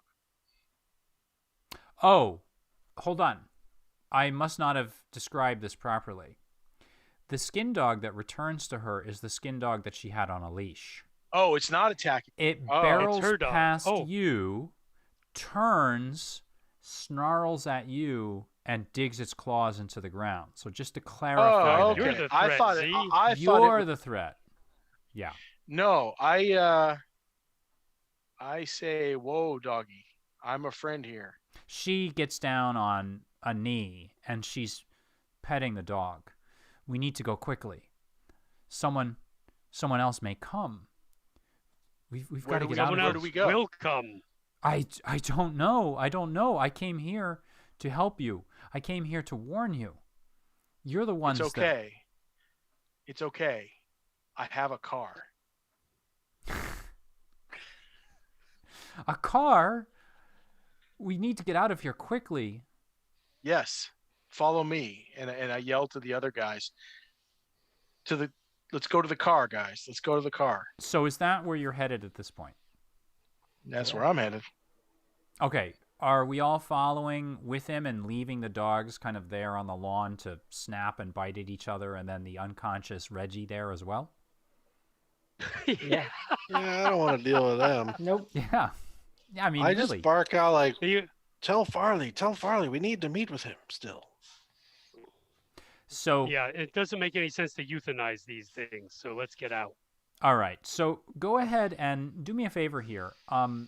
You are parked, I had said, on Walker. Yep. So you need to make it about a block or so. Okay. So at this point, as you step out onto the street, you can see that what's odd is when you step away from the quad, you're now in an area that was kind of like a separate area, just a street, Walker Street, where there's not really much traffic going back and forth. It's almost like being in a different world, but there are people kind of coming and going, and you do notice that there are a few people that are headed in this direction, and they appear to be bringing a Flatfoot from Massachusetts Avenue with them. So Mass Avenue is maybe, I can't remember, it's about 3 blocks, I would guess. So they're about 3 blocks up, coming in your direction. The car is between you and them. So you're going to have to run toward them in order to get to the car. As we're walking, and we kind of left, and we're still, I guess, in the grass area, I want to use one of my new skills, pay it forward. Yeah. Where I can suggest an action to someone that's not an attack, and they are eased for 1 minute. I'm going to say, Z, can't we call the car and have it come to us? Yeah. Reach out. All right. Yeah, I'll do a whistle. I love it. And over And the you- Octocom, right? And with the whistle, all 4 of you hear over the Octocom the William Tell Overture. As the car, the headlights snap on, and you hear the spinning up of the motor, and it backs up a bit, goes at an angle, and then slips out from where it was parked and putters down the road toward you. And the moment that it gets next to you, it slows, stops, and the doors pop open, and you're able to hop in. So with that, you can all sort of consider yourselves at safety right now. Let's go to a break. So, ladies and gentlemen, we're going to take a 10-minute break, but we will be back. If you like what you're watching so far, please smash the like and subscribe button. I don't want to say that anymore. I'm tired of saying that. That's so cliche. But if you could, ever so politely, perhaps click your mouse over the like or the subscribe button. We would very much appreciate it. We will see you all in about 10 minutes when we are back for episode 13 of the Fierce Brood.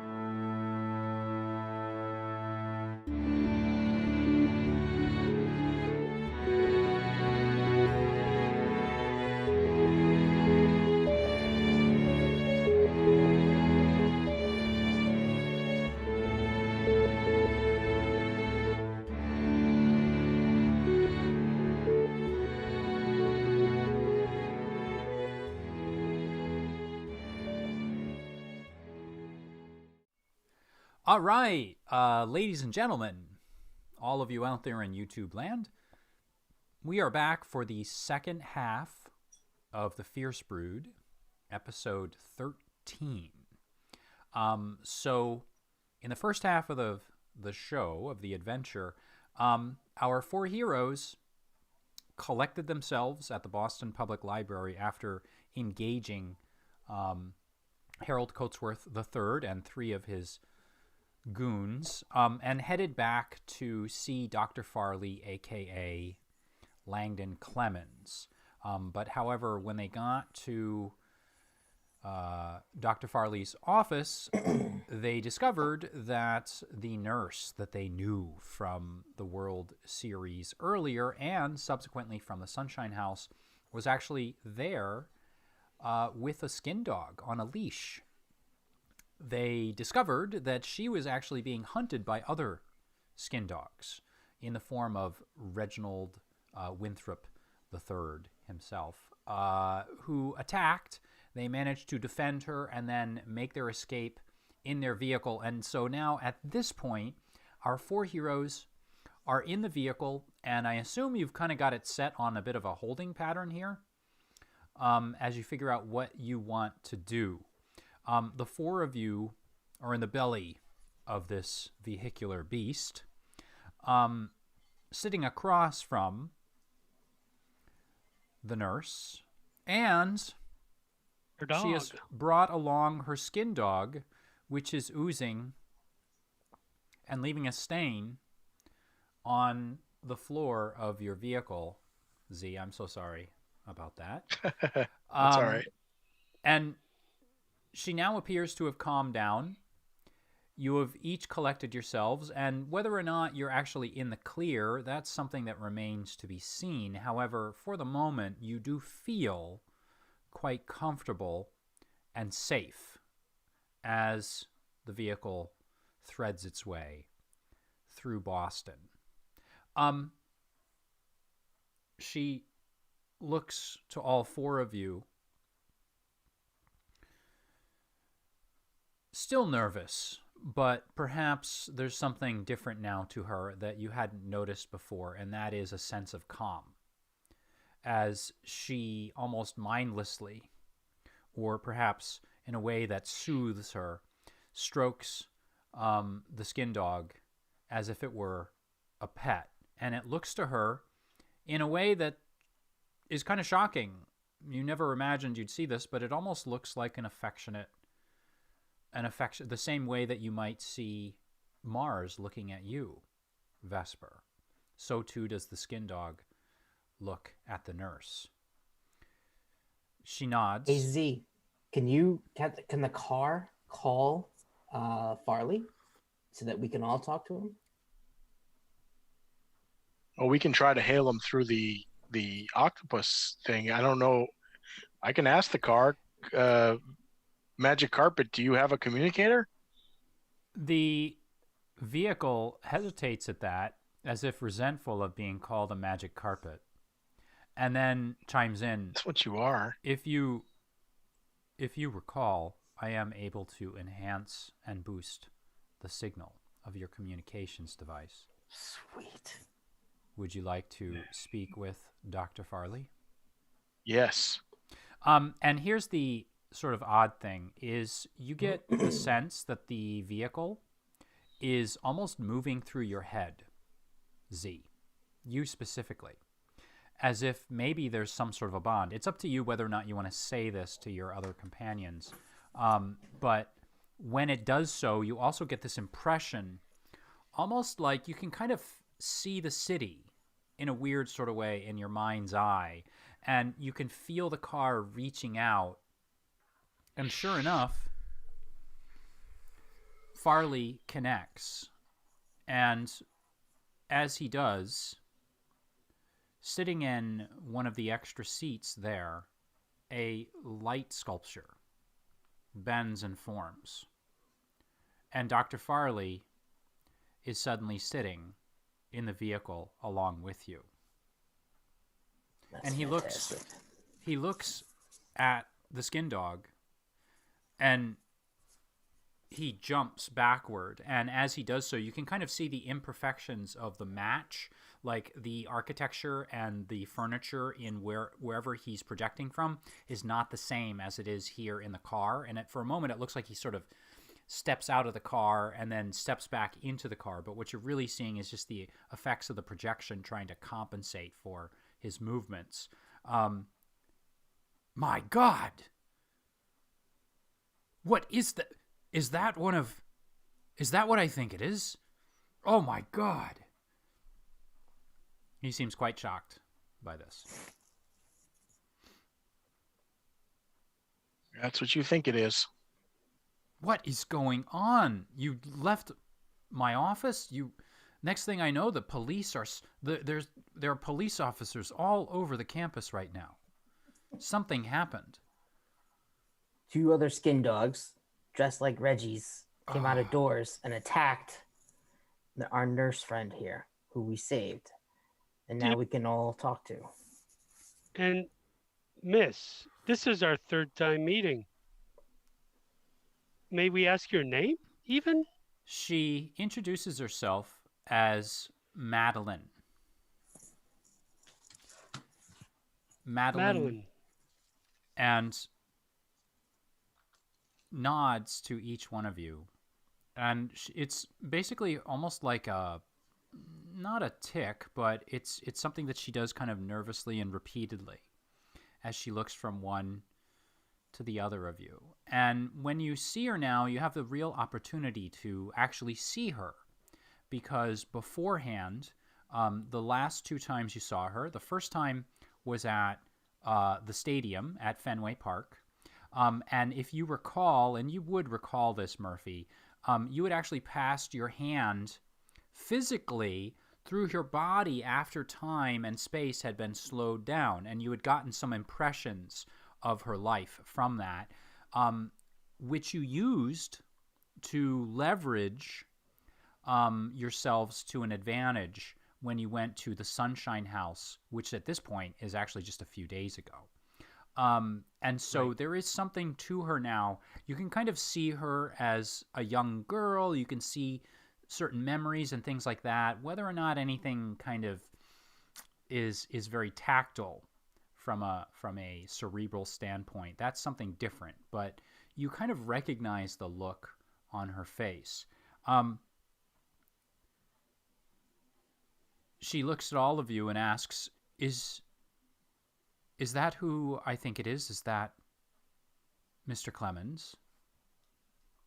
And Langdon is just doubly shocked by this. And then he puts his head in his hands as if things are definitely not going to plan. My God, I hope we can extract ourselves from this mess, he says. What is she doing here? Why did you bring her here? Why is that thing here? What is going on?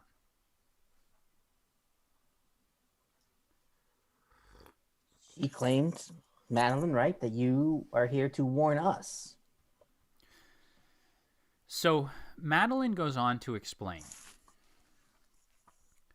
that she is human and that she had been unknowingly recruited by the Watch and Ward Society in order to do certain favors for them, to help them at their orphanage. And she had been under the impression that the orphanage had nothing but the best sort of intentions, the home for children. However, over the years, she began to see things, and she describes events and things that you kind of recognize, like the creatures that you call the skin dogs, the children that are coming in off the streets. Every once in a while, she would see something odd, like she would see a child go around a corner, and then the same child come down the hallway as if there were 2, or as if she had forgotten or something weird had happened. Somehow the child had... So in other words, she's describing many of the things that you have witnessed, have been witness to and have seen. She also goes on to talk about odd shipments that are brought in, and how through all of it there had been files deep in the bowels of the Sunshine building. Somewhere within their records, they had been keeping track of people with certain abilities. And you four, or at least two of you, she had recognized immediately because Pantsman, Humbert Pantsman, had asked very specifically for her to look out for you.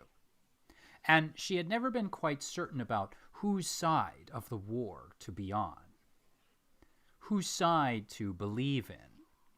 But the longer she stayed with the Sunshine House, the more uneasy she became with what she was doing. And when you four eventually did show up, and though her knee-jerk reaction was first to turn you in, there was something about you that struck her as being far more honest and kind than anything that would ever happen at the Sunshine House. And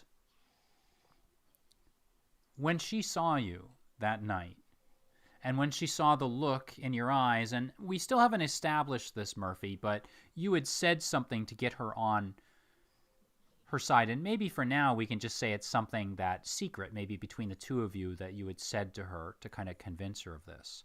She knew that you were not the evil creatures or the evil beings, or the enemy that you had been described as, but were in fact four innocents caught up in this war that were doing the best that they could under the circumstances. And so she turned. She risked, she explains, her reputation and probably even her life by helping you out that evening, allowing you to go. And she had intended to warn you, but first of all, wasn't able to find you. Second of all, even if she did, she's not really sure how she could turn you back. But when you came just that morning, she knew that you could be trusted.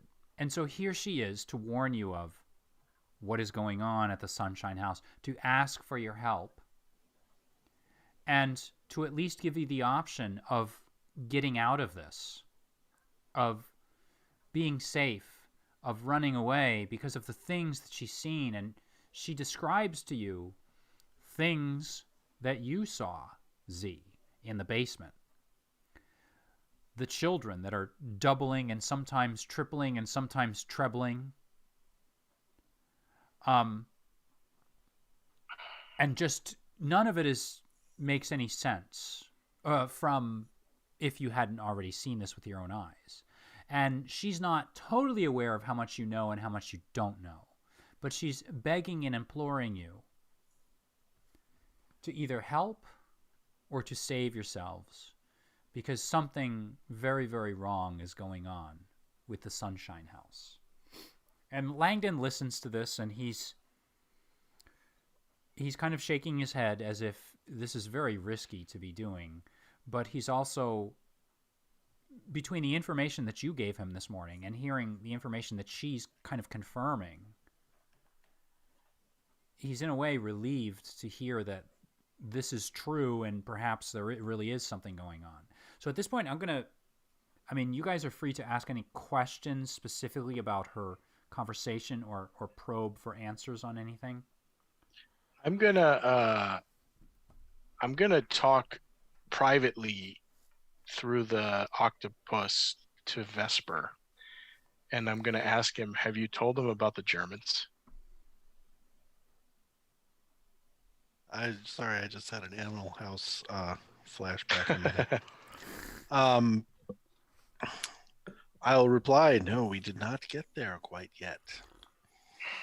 You can, in all of that time, if you guys want to have a private conversation on your Octocom. You can totally do that. We can say that explanation, all of that probably took 10, 15 minutes. So you have about 10 or 15 minutes of chat time amongst yourselves as everyone is just sort of listening to her to sort of consider if you want to say anything privately to each other out of her earshot and out of Langdon's earshot, you assume. Yeah, that was the last thing I wanted to bring up to Farley, but then the nurse got attacked. So yeah, he needs to know that the last leg of this is that we think the encephalopowder is being sent overseas to Germans to arm their army. Who knows how far this really goes? I'm beginning to get the sense that Farley doesn't really know what's going on. Are you saying this out loud? I'm saying it amongst us. Yeah. Octocomming. Yeah. I mean, I like Farley. I trust him, but I think this is even over his head. Yeah, Yes, could very well be. Definitely share it with him, but I think we'll need to make haste to Haley. Yeah.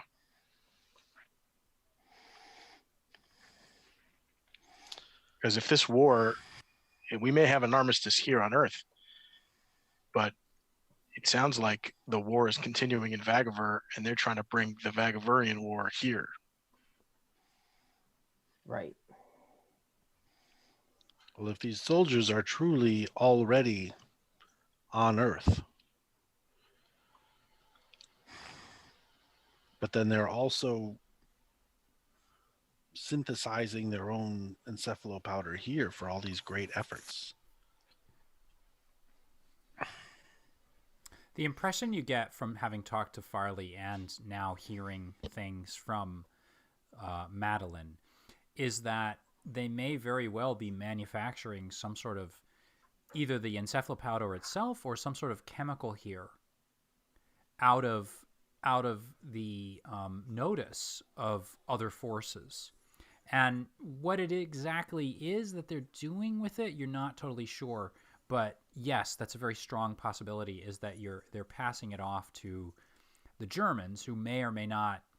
I mean, for all you know, the Germans, some of the Germans themselves, the military leaders, could be Vagaverian themselves, for all you know. I want to switch back to regular. Yeah. And say, Madeline, you in your little speech there, what caught my attention was you said the Sunshine House has files. They keep records and have information. The Sunshine House was built for one thing: to identify children with special talents. Children that have abilities not unlike your own abilities. And the things I've seen, the things they do to those children, the experiments,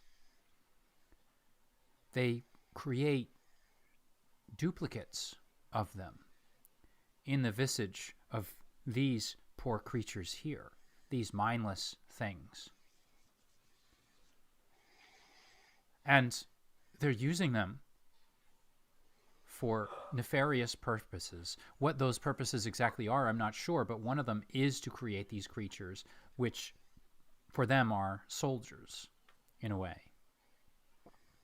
There are more of these things out there.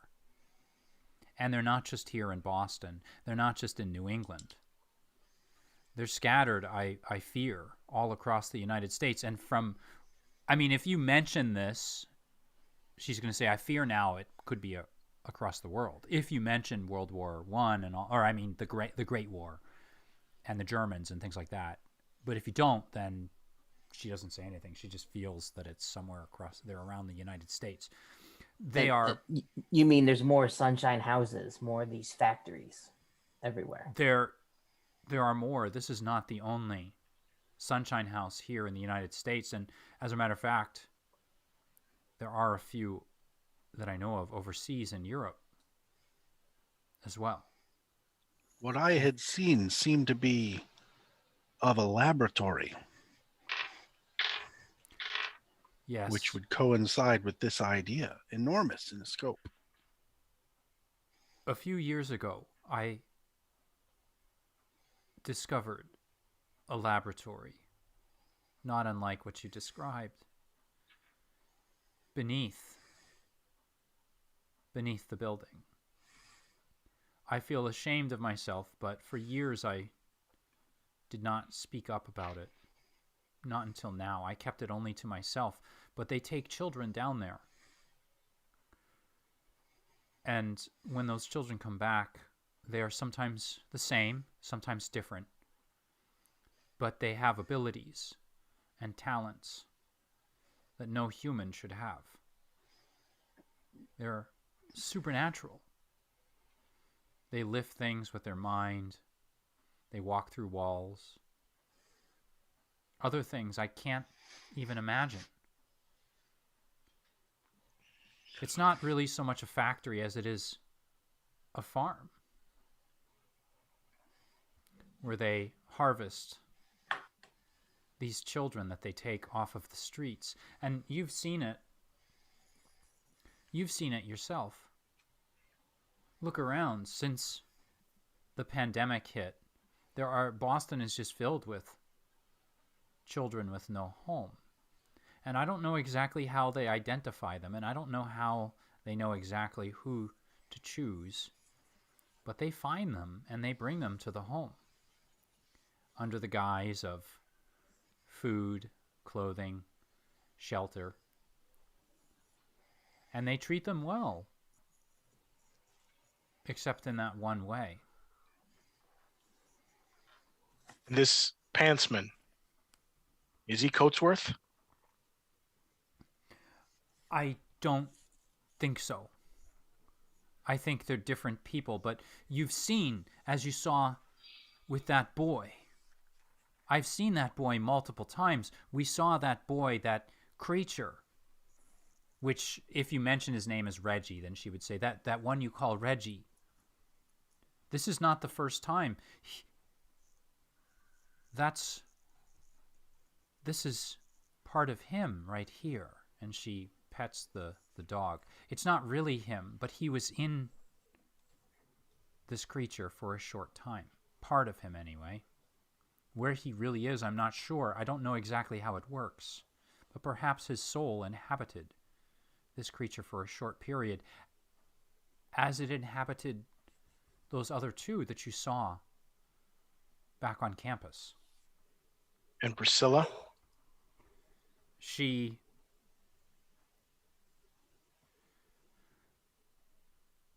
I fear that Priscilla...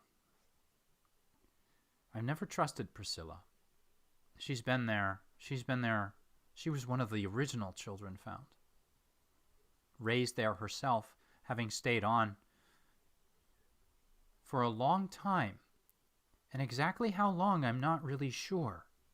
Because she doesn't look that old, does she? But sometimes, every once in a while, she'll tell a story and she'll slip up. I think she's been there for longer than she lets on, and longer than her age appears. I think Priscilla, though she seems to be a nurse, an assistant, I think she's up to something else.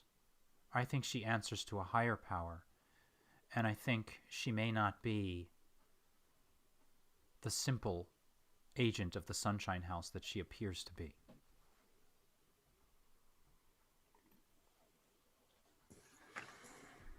All right. We've established that that place is a den of evil.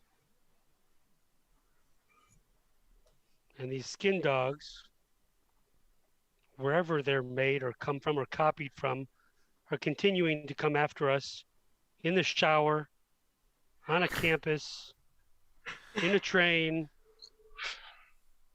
with a fox. Sorry, I couldn't resist. I don't know. The day is still young. Let's go pay them another visit. Do you really want to do that now? Are you sure? I cannot be a part of this. I came here to warn you. This is, I mean, perhaps I owe these children my life, but don't you feel you need to regroup? I look to the Thank others. Farley. We have doorways just opening for people to get us. They could get at us whenever and wherever. Farley, We need more help with this. so Farley, with that, he stands up and he begins to strangely pace the room, right? And when I say pace, his sort of light sculpture-y self is walking through objects and moving around. Gentlemen, he says, this is obviously much bigger than I ever imagined, and any of us really know. I think Vesper here is correct. I think we need help with this. I think I need to report to my father and the other leaders of the society and find out what we need to do. I don't think we should rush into this. Do you? I don't know. Now, have you explained to him, the stuff about shipments coming in and going and all of that stuff? Not Yeah, in as much we started detail. to. Yeah. Okay. So we can finish that conversation and let them know everything. I mean, if you want to do that, so we don't even have to, we don't have to spend 15 minutes of you explaining it. You can just say you do explain it to them. Yep. And definitely all the detail, like the tippets who are driving the truck, the fact that we have the manifest, the pier, the name of the boat, Woe de Terre. Mm-hmm. Like we've got all that.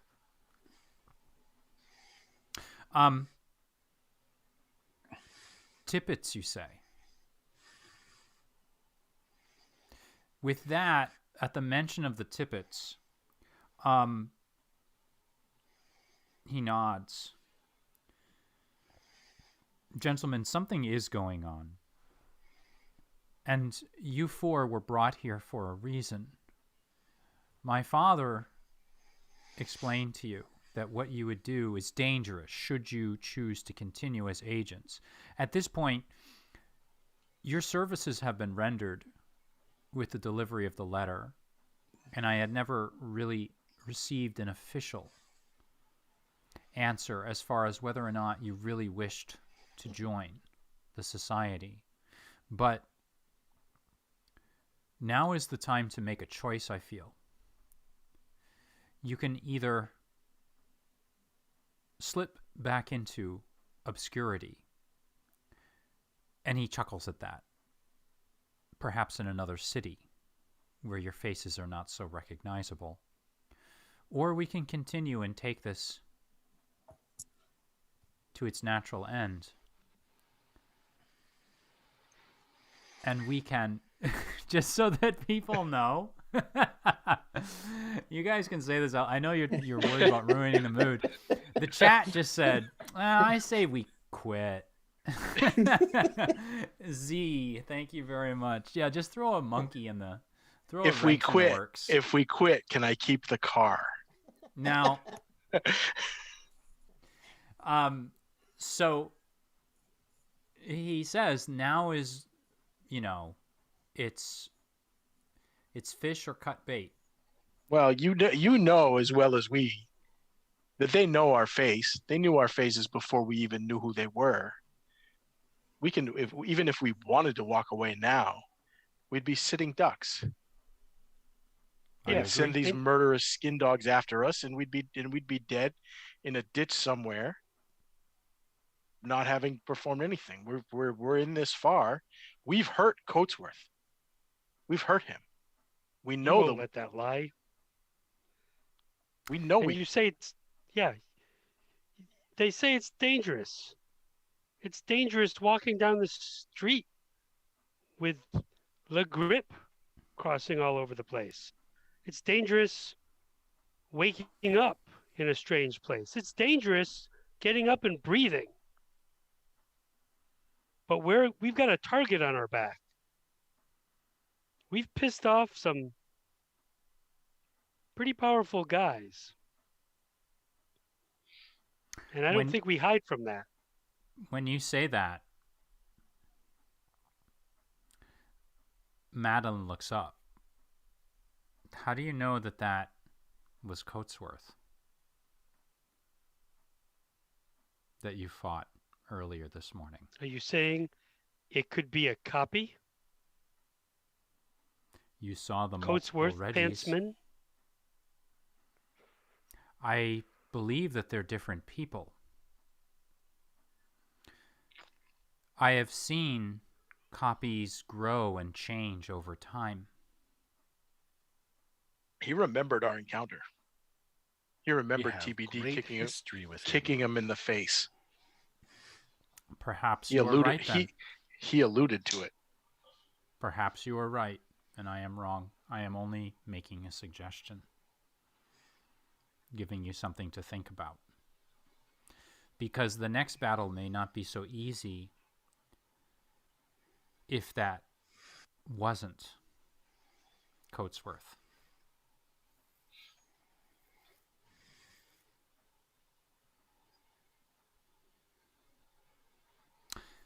So, at this point, I mean,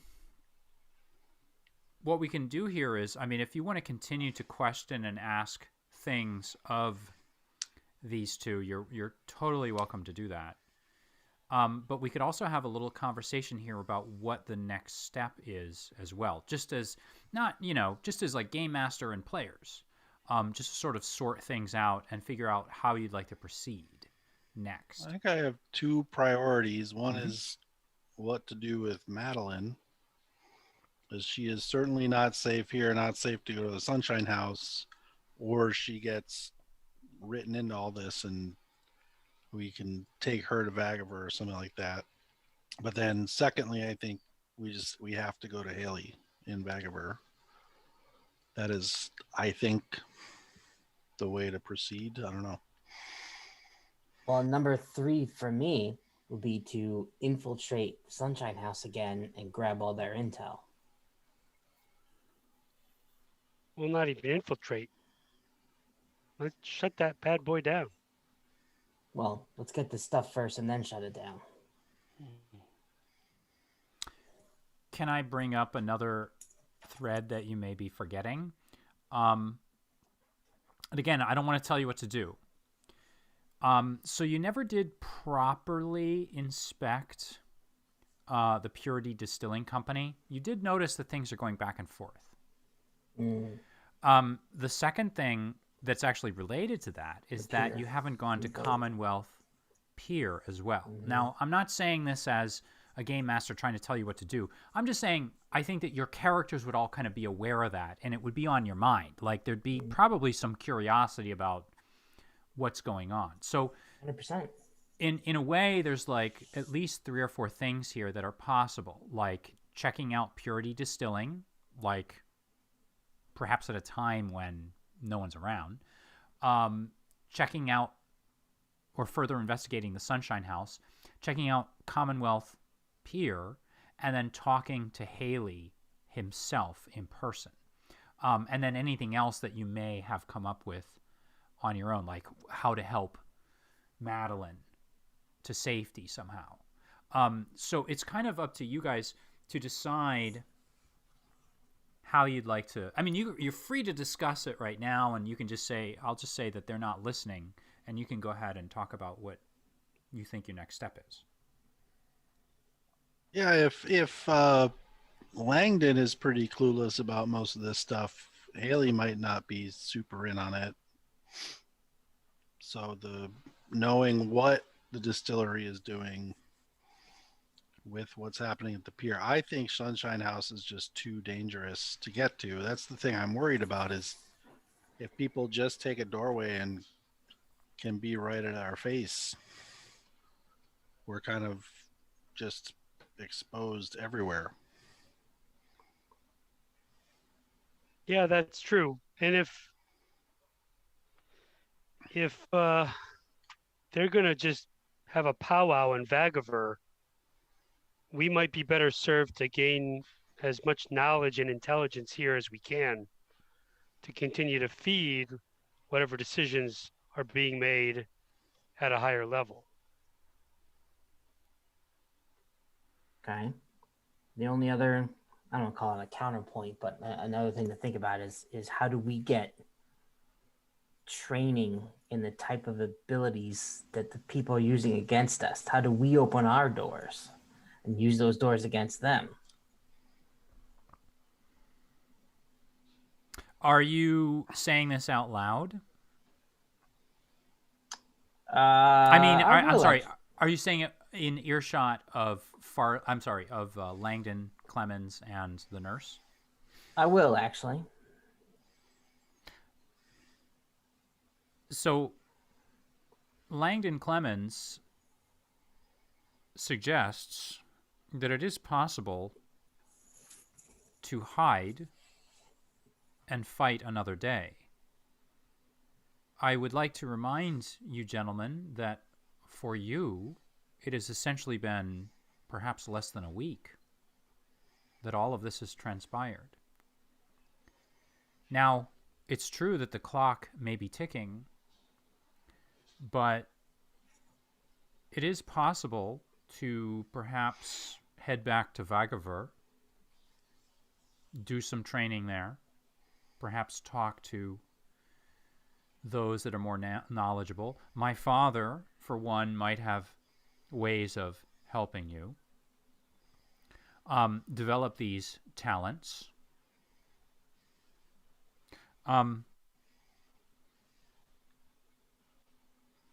It might be a smarter course of action just simply to wait and to plot and to plan, or to gather data before we execute any sort of plan, which I will do my best to help you out. I will, of course, requisition the materials that you feel you need and perhaps present you with items possible to requisition.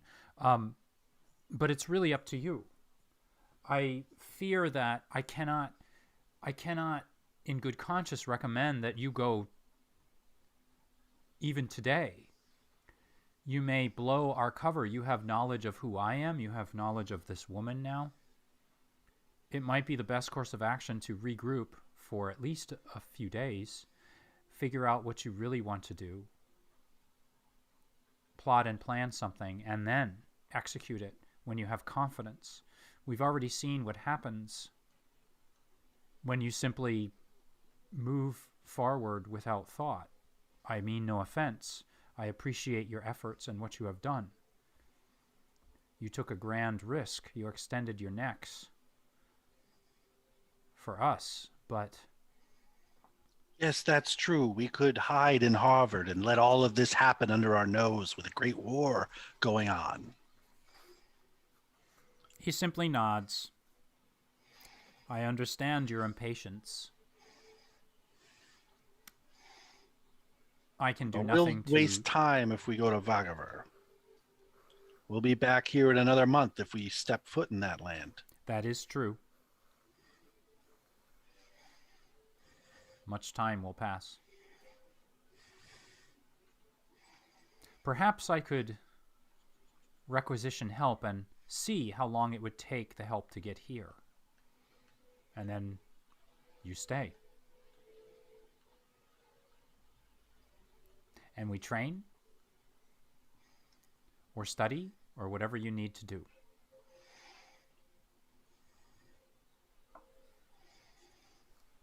This is fair to me.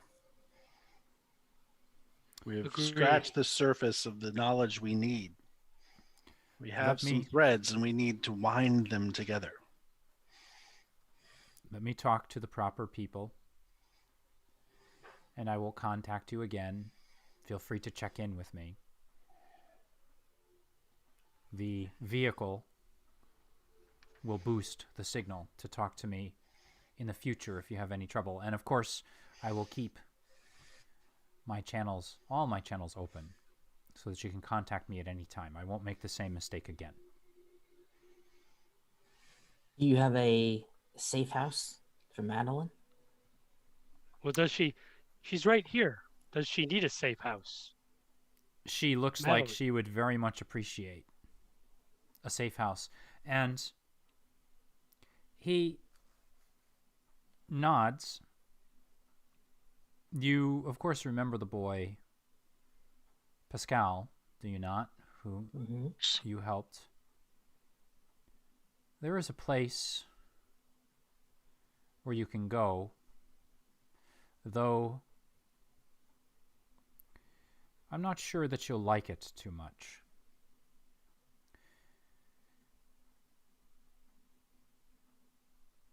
Though Sounds I can great. say you'll be safe. It sounds good. Couldn't be any worse than my apartment. There is a Exactly place what I was thinking. I can send you. Though you must understand, the utmost discretion must be used. And you may see things there that will shock you. But Pascal, as his Americanized name goes, seems comfortable and at ease among those few surviving members of the FiERCE BRooD who reside on the north end. If you wish, perhaps, I can arrange to have Madeline and yourselves hidden among them. Though I warn you, they are as fierce as their name implies.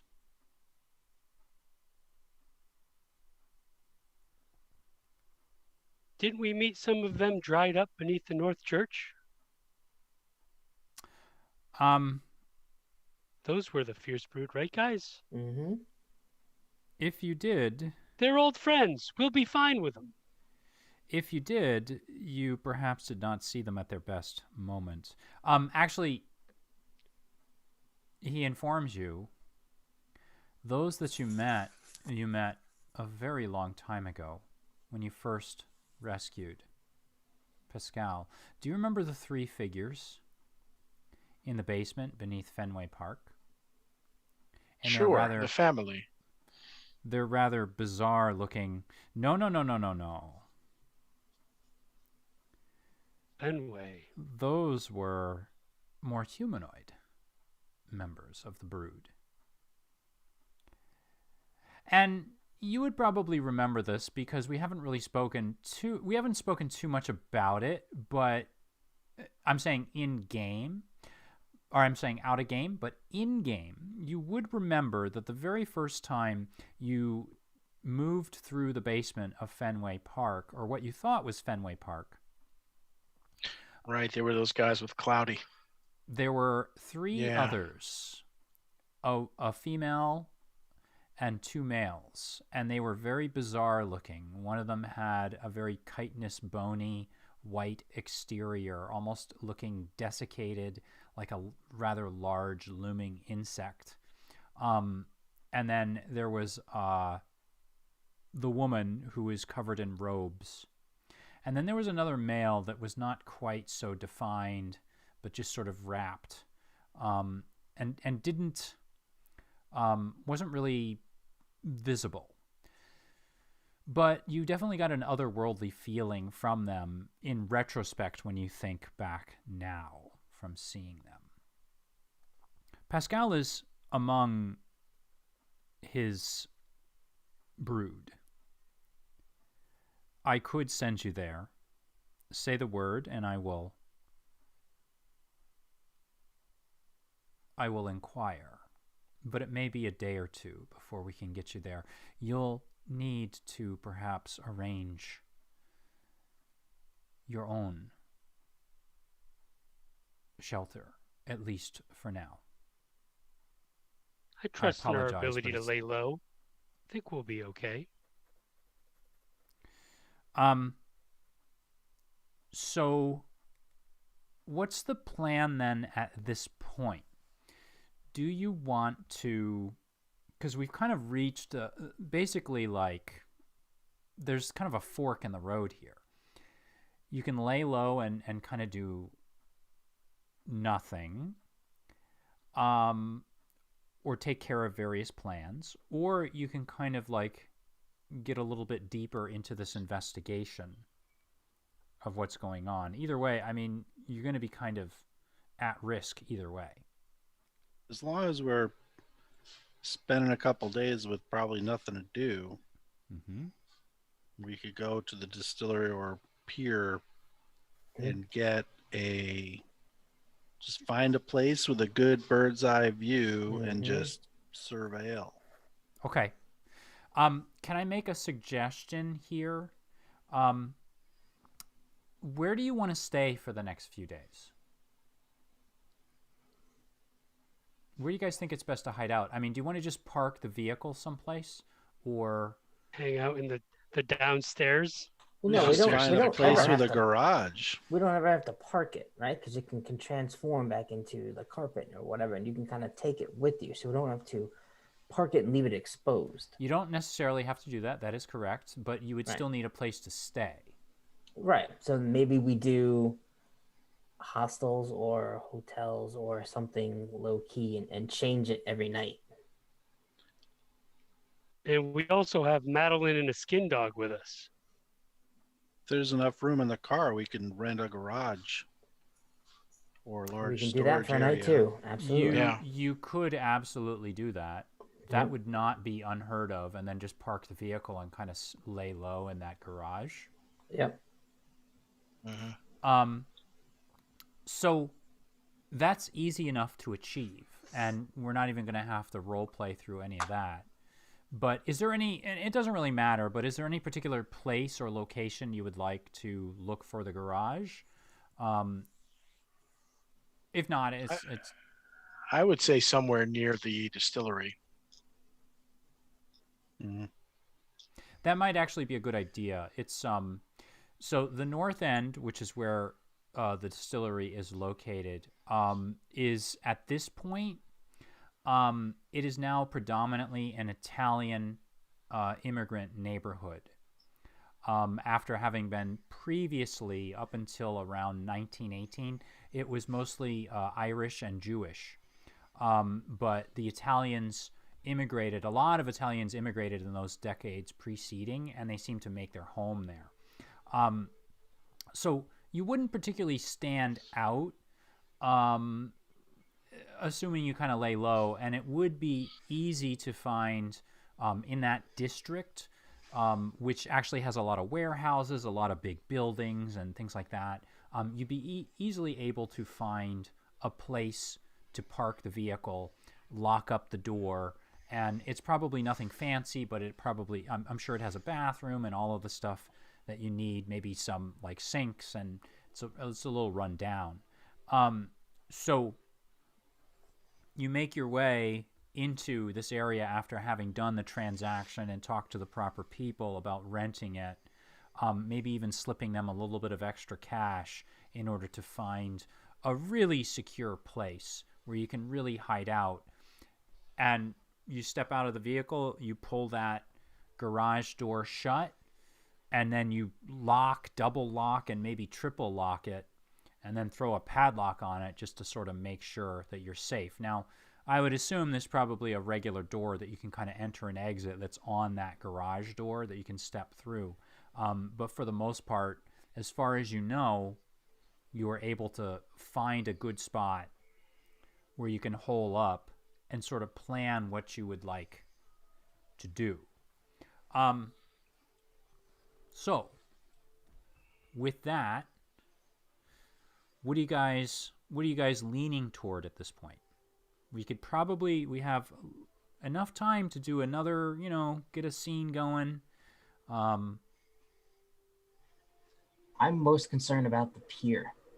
Learning about Commonwealth Pier? Yeah, learning about what and how many boats are used and how often does it happen. Just make sure that it really is the same type of cargo. Is there any cargo coming back? Perhaps, Vesper, you can use your vision and plant one of your devices on one of these boats. Indeed. See where they go. I might just need to be a dock worker for a few days. Well, and honestly, guys, that whole pier area connects with the rail yard. I can probably get us in, or at least close enough to check things out. Yeah, I mean, we're going to want to go to the harbor master's office and get any information there. Okay, so how do we want to do this? This is actually like abstract kind of time now, right? So basically you have a couple of days or more, whatever you feel you need. Vesper, do you want to kind of go undercover there and see if you can get yourself a job? It would be perfectly kind of realistic. During this era, people may show up like at dawn at the piers, and they're just lines and lines of people looking for work who wait to be like called on. You could always head down to the pier and do something like that. Murphy, I don't know if you wanted to go to the rail yards and kind of work on the other end of that somehow and coordinate. I don't want to tell you what to do, but I also want to give you I want to give you some information about the time so that you could kind of see and sort of figure out what you want to do. Dietrich, are you looking for just a visible kind of like eyes on the target, to use like a modern phrase? Yeah, that'll be one of the things I want to do, right? Find some sort of vantage point where we can kind of monitor in and out. But I don't know. I'm thinking about maybe working with Z to figure out some sort of deception that we can use to get access to the harbor master and learn some information about what's going on. You want to help out with that, Z, then? Do you have an idea as far as how you would get access there? Harbor Master is easy to find on every, at every pier. You're going to find someone with full records of who's, well, if they're on the up and up, of who's coming and going.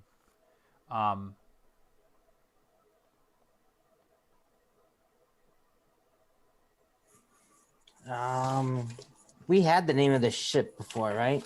Yep. Yeah. Ode It's called the Woad Etter.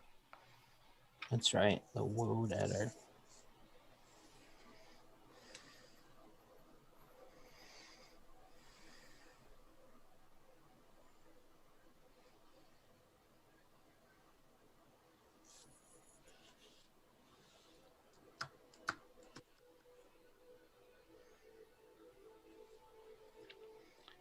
I might as well.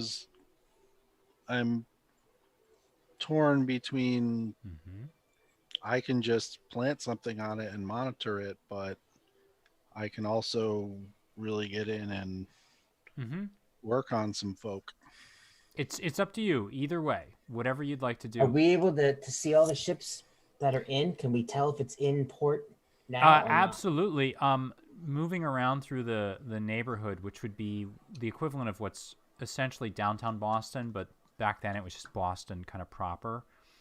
There are buildings where you could kind of easily, it's not the security that it is obviously now. You could climb up to the top. Are the four of you kind of going together to scout it out then? So once you find a particularly tall building that overlooks the pier. Climbing up to the top, you manage to make your way to a stairwell that drops you onto the roof of one of the tallest buildings that's actually around in that area at the time. And as you come out onto the roof, immediately, both you, Dietrich, and you, Vesper, can tell something is up. Your vision, without even rolling, tells you. And the four of you step up and move across the rooftop. And as you come to the end of the roof, you look down upon what should be the Commonwealth Pier. But in actuality, what you are looking at, Dietrich, is almost like gives you double vision. What you see as you look out across the harbor and across the ocean is not the harbor and the ocean. You see the empty vastness of the edge of the leaf of Tremontaine as it stretches out, and miles across on the shore on the other side. Thank you for the map. I wish I could probably actually pull that up if I had really planned this out. But yes, you're looking out across the vast emptiness of space between leaves, and you see what should be, as you look to the north, it should be Cambridge, but it's actually just a floating leaf with flickering lights on top of it. And that double vision, as you look out across what should be the ocean, also shows you large ships slowly making their way through the vastness of the dark. And they're emerging here on Earth through immense portals that you, Vesper, can see and detect. And what you realize you're looking at essentially is some sort of transportation system between Vagaver and Earth, between Boston and Tremontaine, and whatever nations or continents are on the other side of that vast ocean of space. So can we all see this, or only Only TBD and those Vesper? two. Is there attuned to the different worlds? So we just see You regular see, ocean. yes, and where Dietrich sort of points out, like, oh, there's a ship, or where you think you see, or where Vesper points out, like a port or a floating platform of some sort, you guys actually see the Earth equivalent of that. Large ships, 2 or 3 smokestacks that are arriving. And it's not every one of them. A lot of them are just Earth ships. And from the distance that you're at, unless you have something like a pair of binoculars, or I think, Vesper, you said you had Eagle's Eye? No, that was a cipher from Oh, it's just a cipher temporarily. So you can't really see what each ship is, but what you're looking at here is essentially a port, not just an international port, an interdimensional port. Well, I am amazed, and I just want to detail that for Murph and Zed, like, Yeah, me too. in as great So- detail as possible. Are these ships, are they carrying cargo, or are they an invasion force? Are they warships? To you guys, it looks like they are coming in and they're just simply setting anchor at the pier. That It doesn't. will remain to be seen. We could go Like check the one out. ships, do they look like the ships when we were on Vagaver at that pier there near the lighthouse? Nice They look connection. just like this. As Yeah. give yourself an XP for that. Okay. When you say that, both Dietrich and Vesper, it kind of clicks in their head. what you're looking at is something called a gravity shuck. A gravity shuck is essentially an interdimensional ship that defies gravity, and it's used to transport cargo and people across the vast reaches of the rings of Vagaver, and also between the leaves on this ring, which is the vine world of Votten.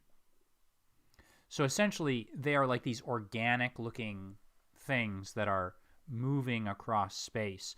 And if you wanted to really get a look of what they are, you would have to, do some rolling to figure out whether they're warships or cargo ships. And Murphy, I don't actually want to leave you out of this because you are up there on the roof and you know the ways that the railroad and the ways that the Commonwealth, the pier, are connected. I mean, you and Z are both welcome to look for anything in particular that you see out of order or in order down at the pier and at the railroad yard, and indeed at the edge of the city. So there may very well be more there.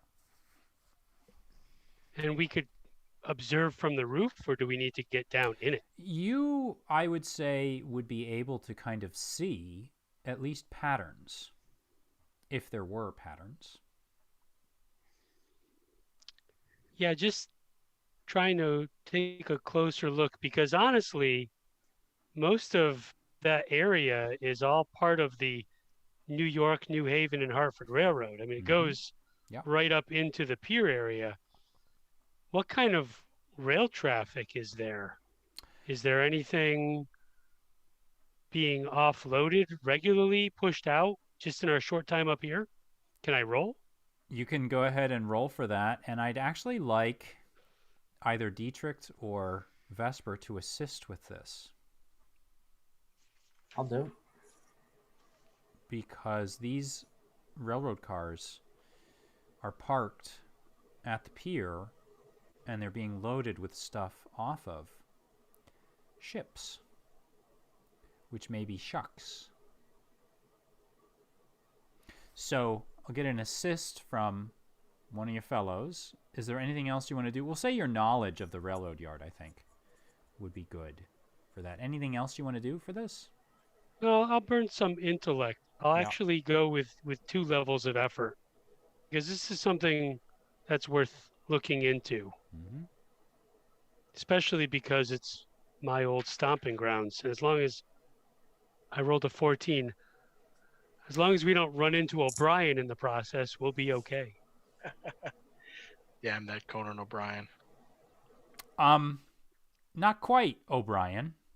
The first thing that you all notice, and I assume you're sharing this information, is that there are indeed, looking at traffic patterns and looking at the ways that things are kind of connecting and putting all of the elements together from the various things that each one of you knows, what you see is that there are shipments coming and going between Purity Distilling, and they're getting loaded onto ships there at the pier.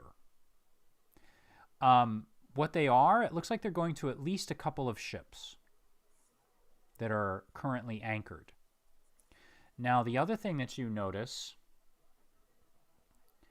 is there's a particular pattern that you notice, Murphy. It's that pattern that police officers use when they're staking a place out. There's a person kind of standing there that looks, what are they looking at the time so much for? There's another flatfoot over there. And you know what?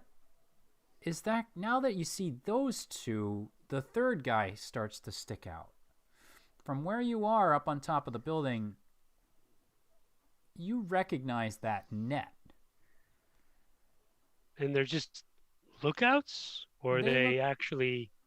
They're down at the Commonwealth. They're down at the pier at certain spots, Overseeing things. Yeah, looking around, like just as if they're waiting for something.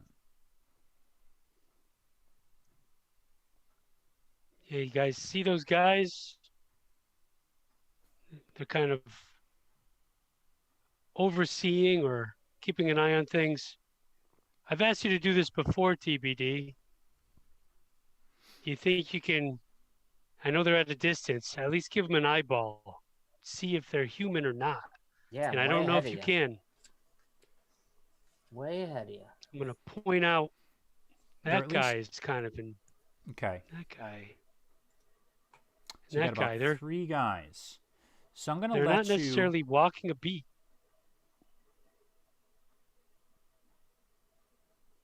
Go ahead and make your roll and tell me if you want to make any adjustments. So pointing them out and Wow. using an assist Yeah, I'm assisting with. is one ease. I don't even have to roll, right? I'm trained in perception, and my expert skill, I can automatically succeed in a trained skill. Oh my God. Monty Cook. Monty, what are you doing? What are you doing to us? Game masters out there. They're human. Okay. That's all that you pick up is, or I should say, yeah, they're human. They're not Vagavurian. They're I looking would at their have lost that watches bet. a lot. They're looking at their watches. They're reading papers. There are a couple of them that are yapping together. Murphy, you would probably recognize this as the basic kind of look of undercover beat cops that are like either staking something out or they're not. They're looking for something. But since everyone's on a side here, what side could they be on?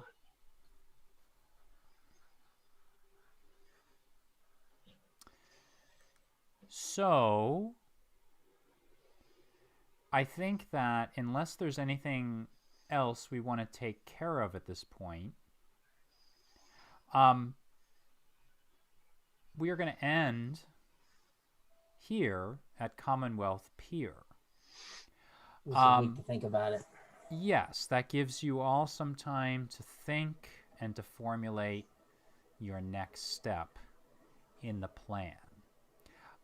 So with that, everybody, thank you so much for tuning in.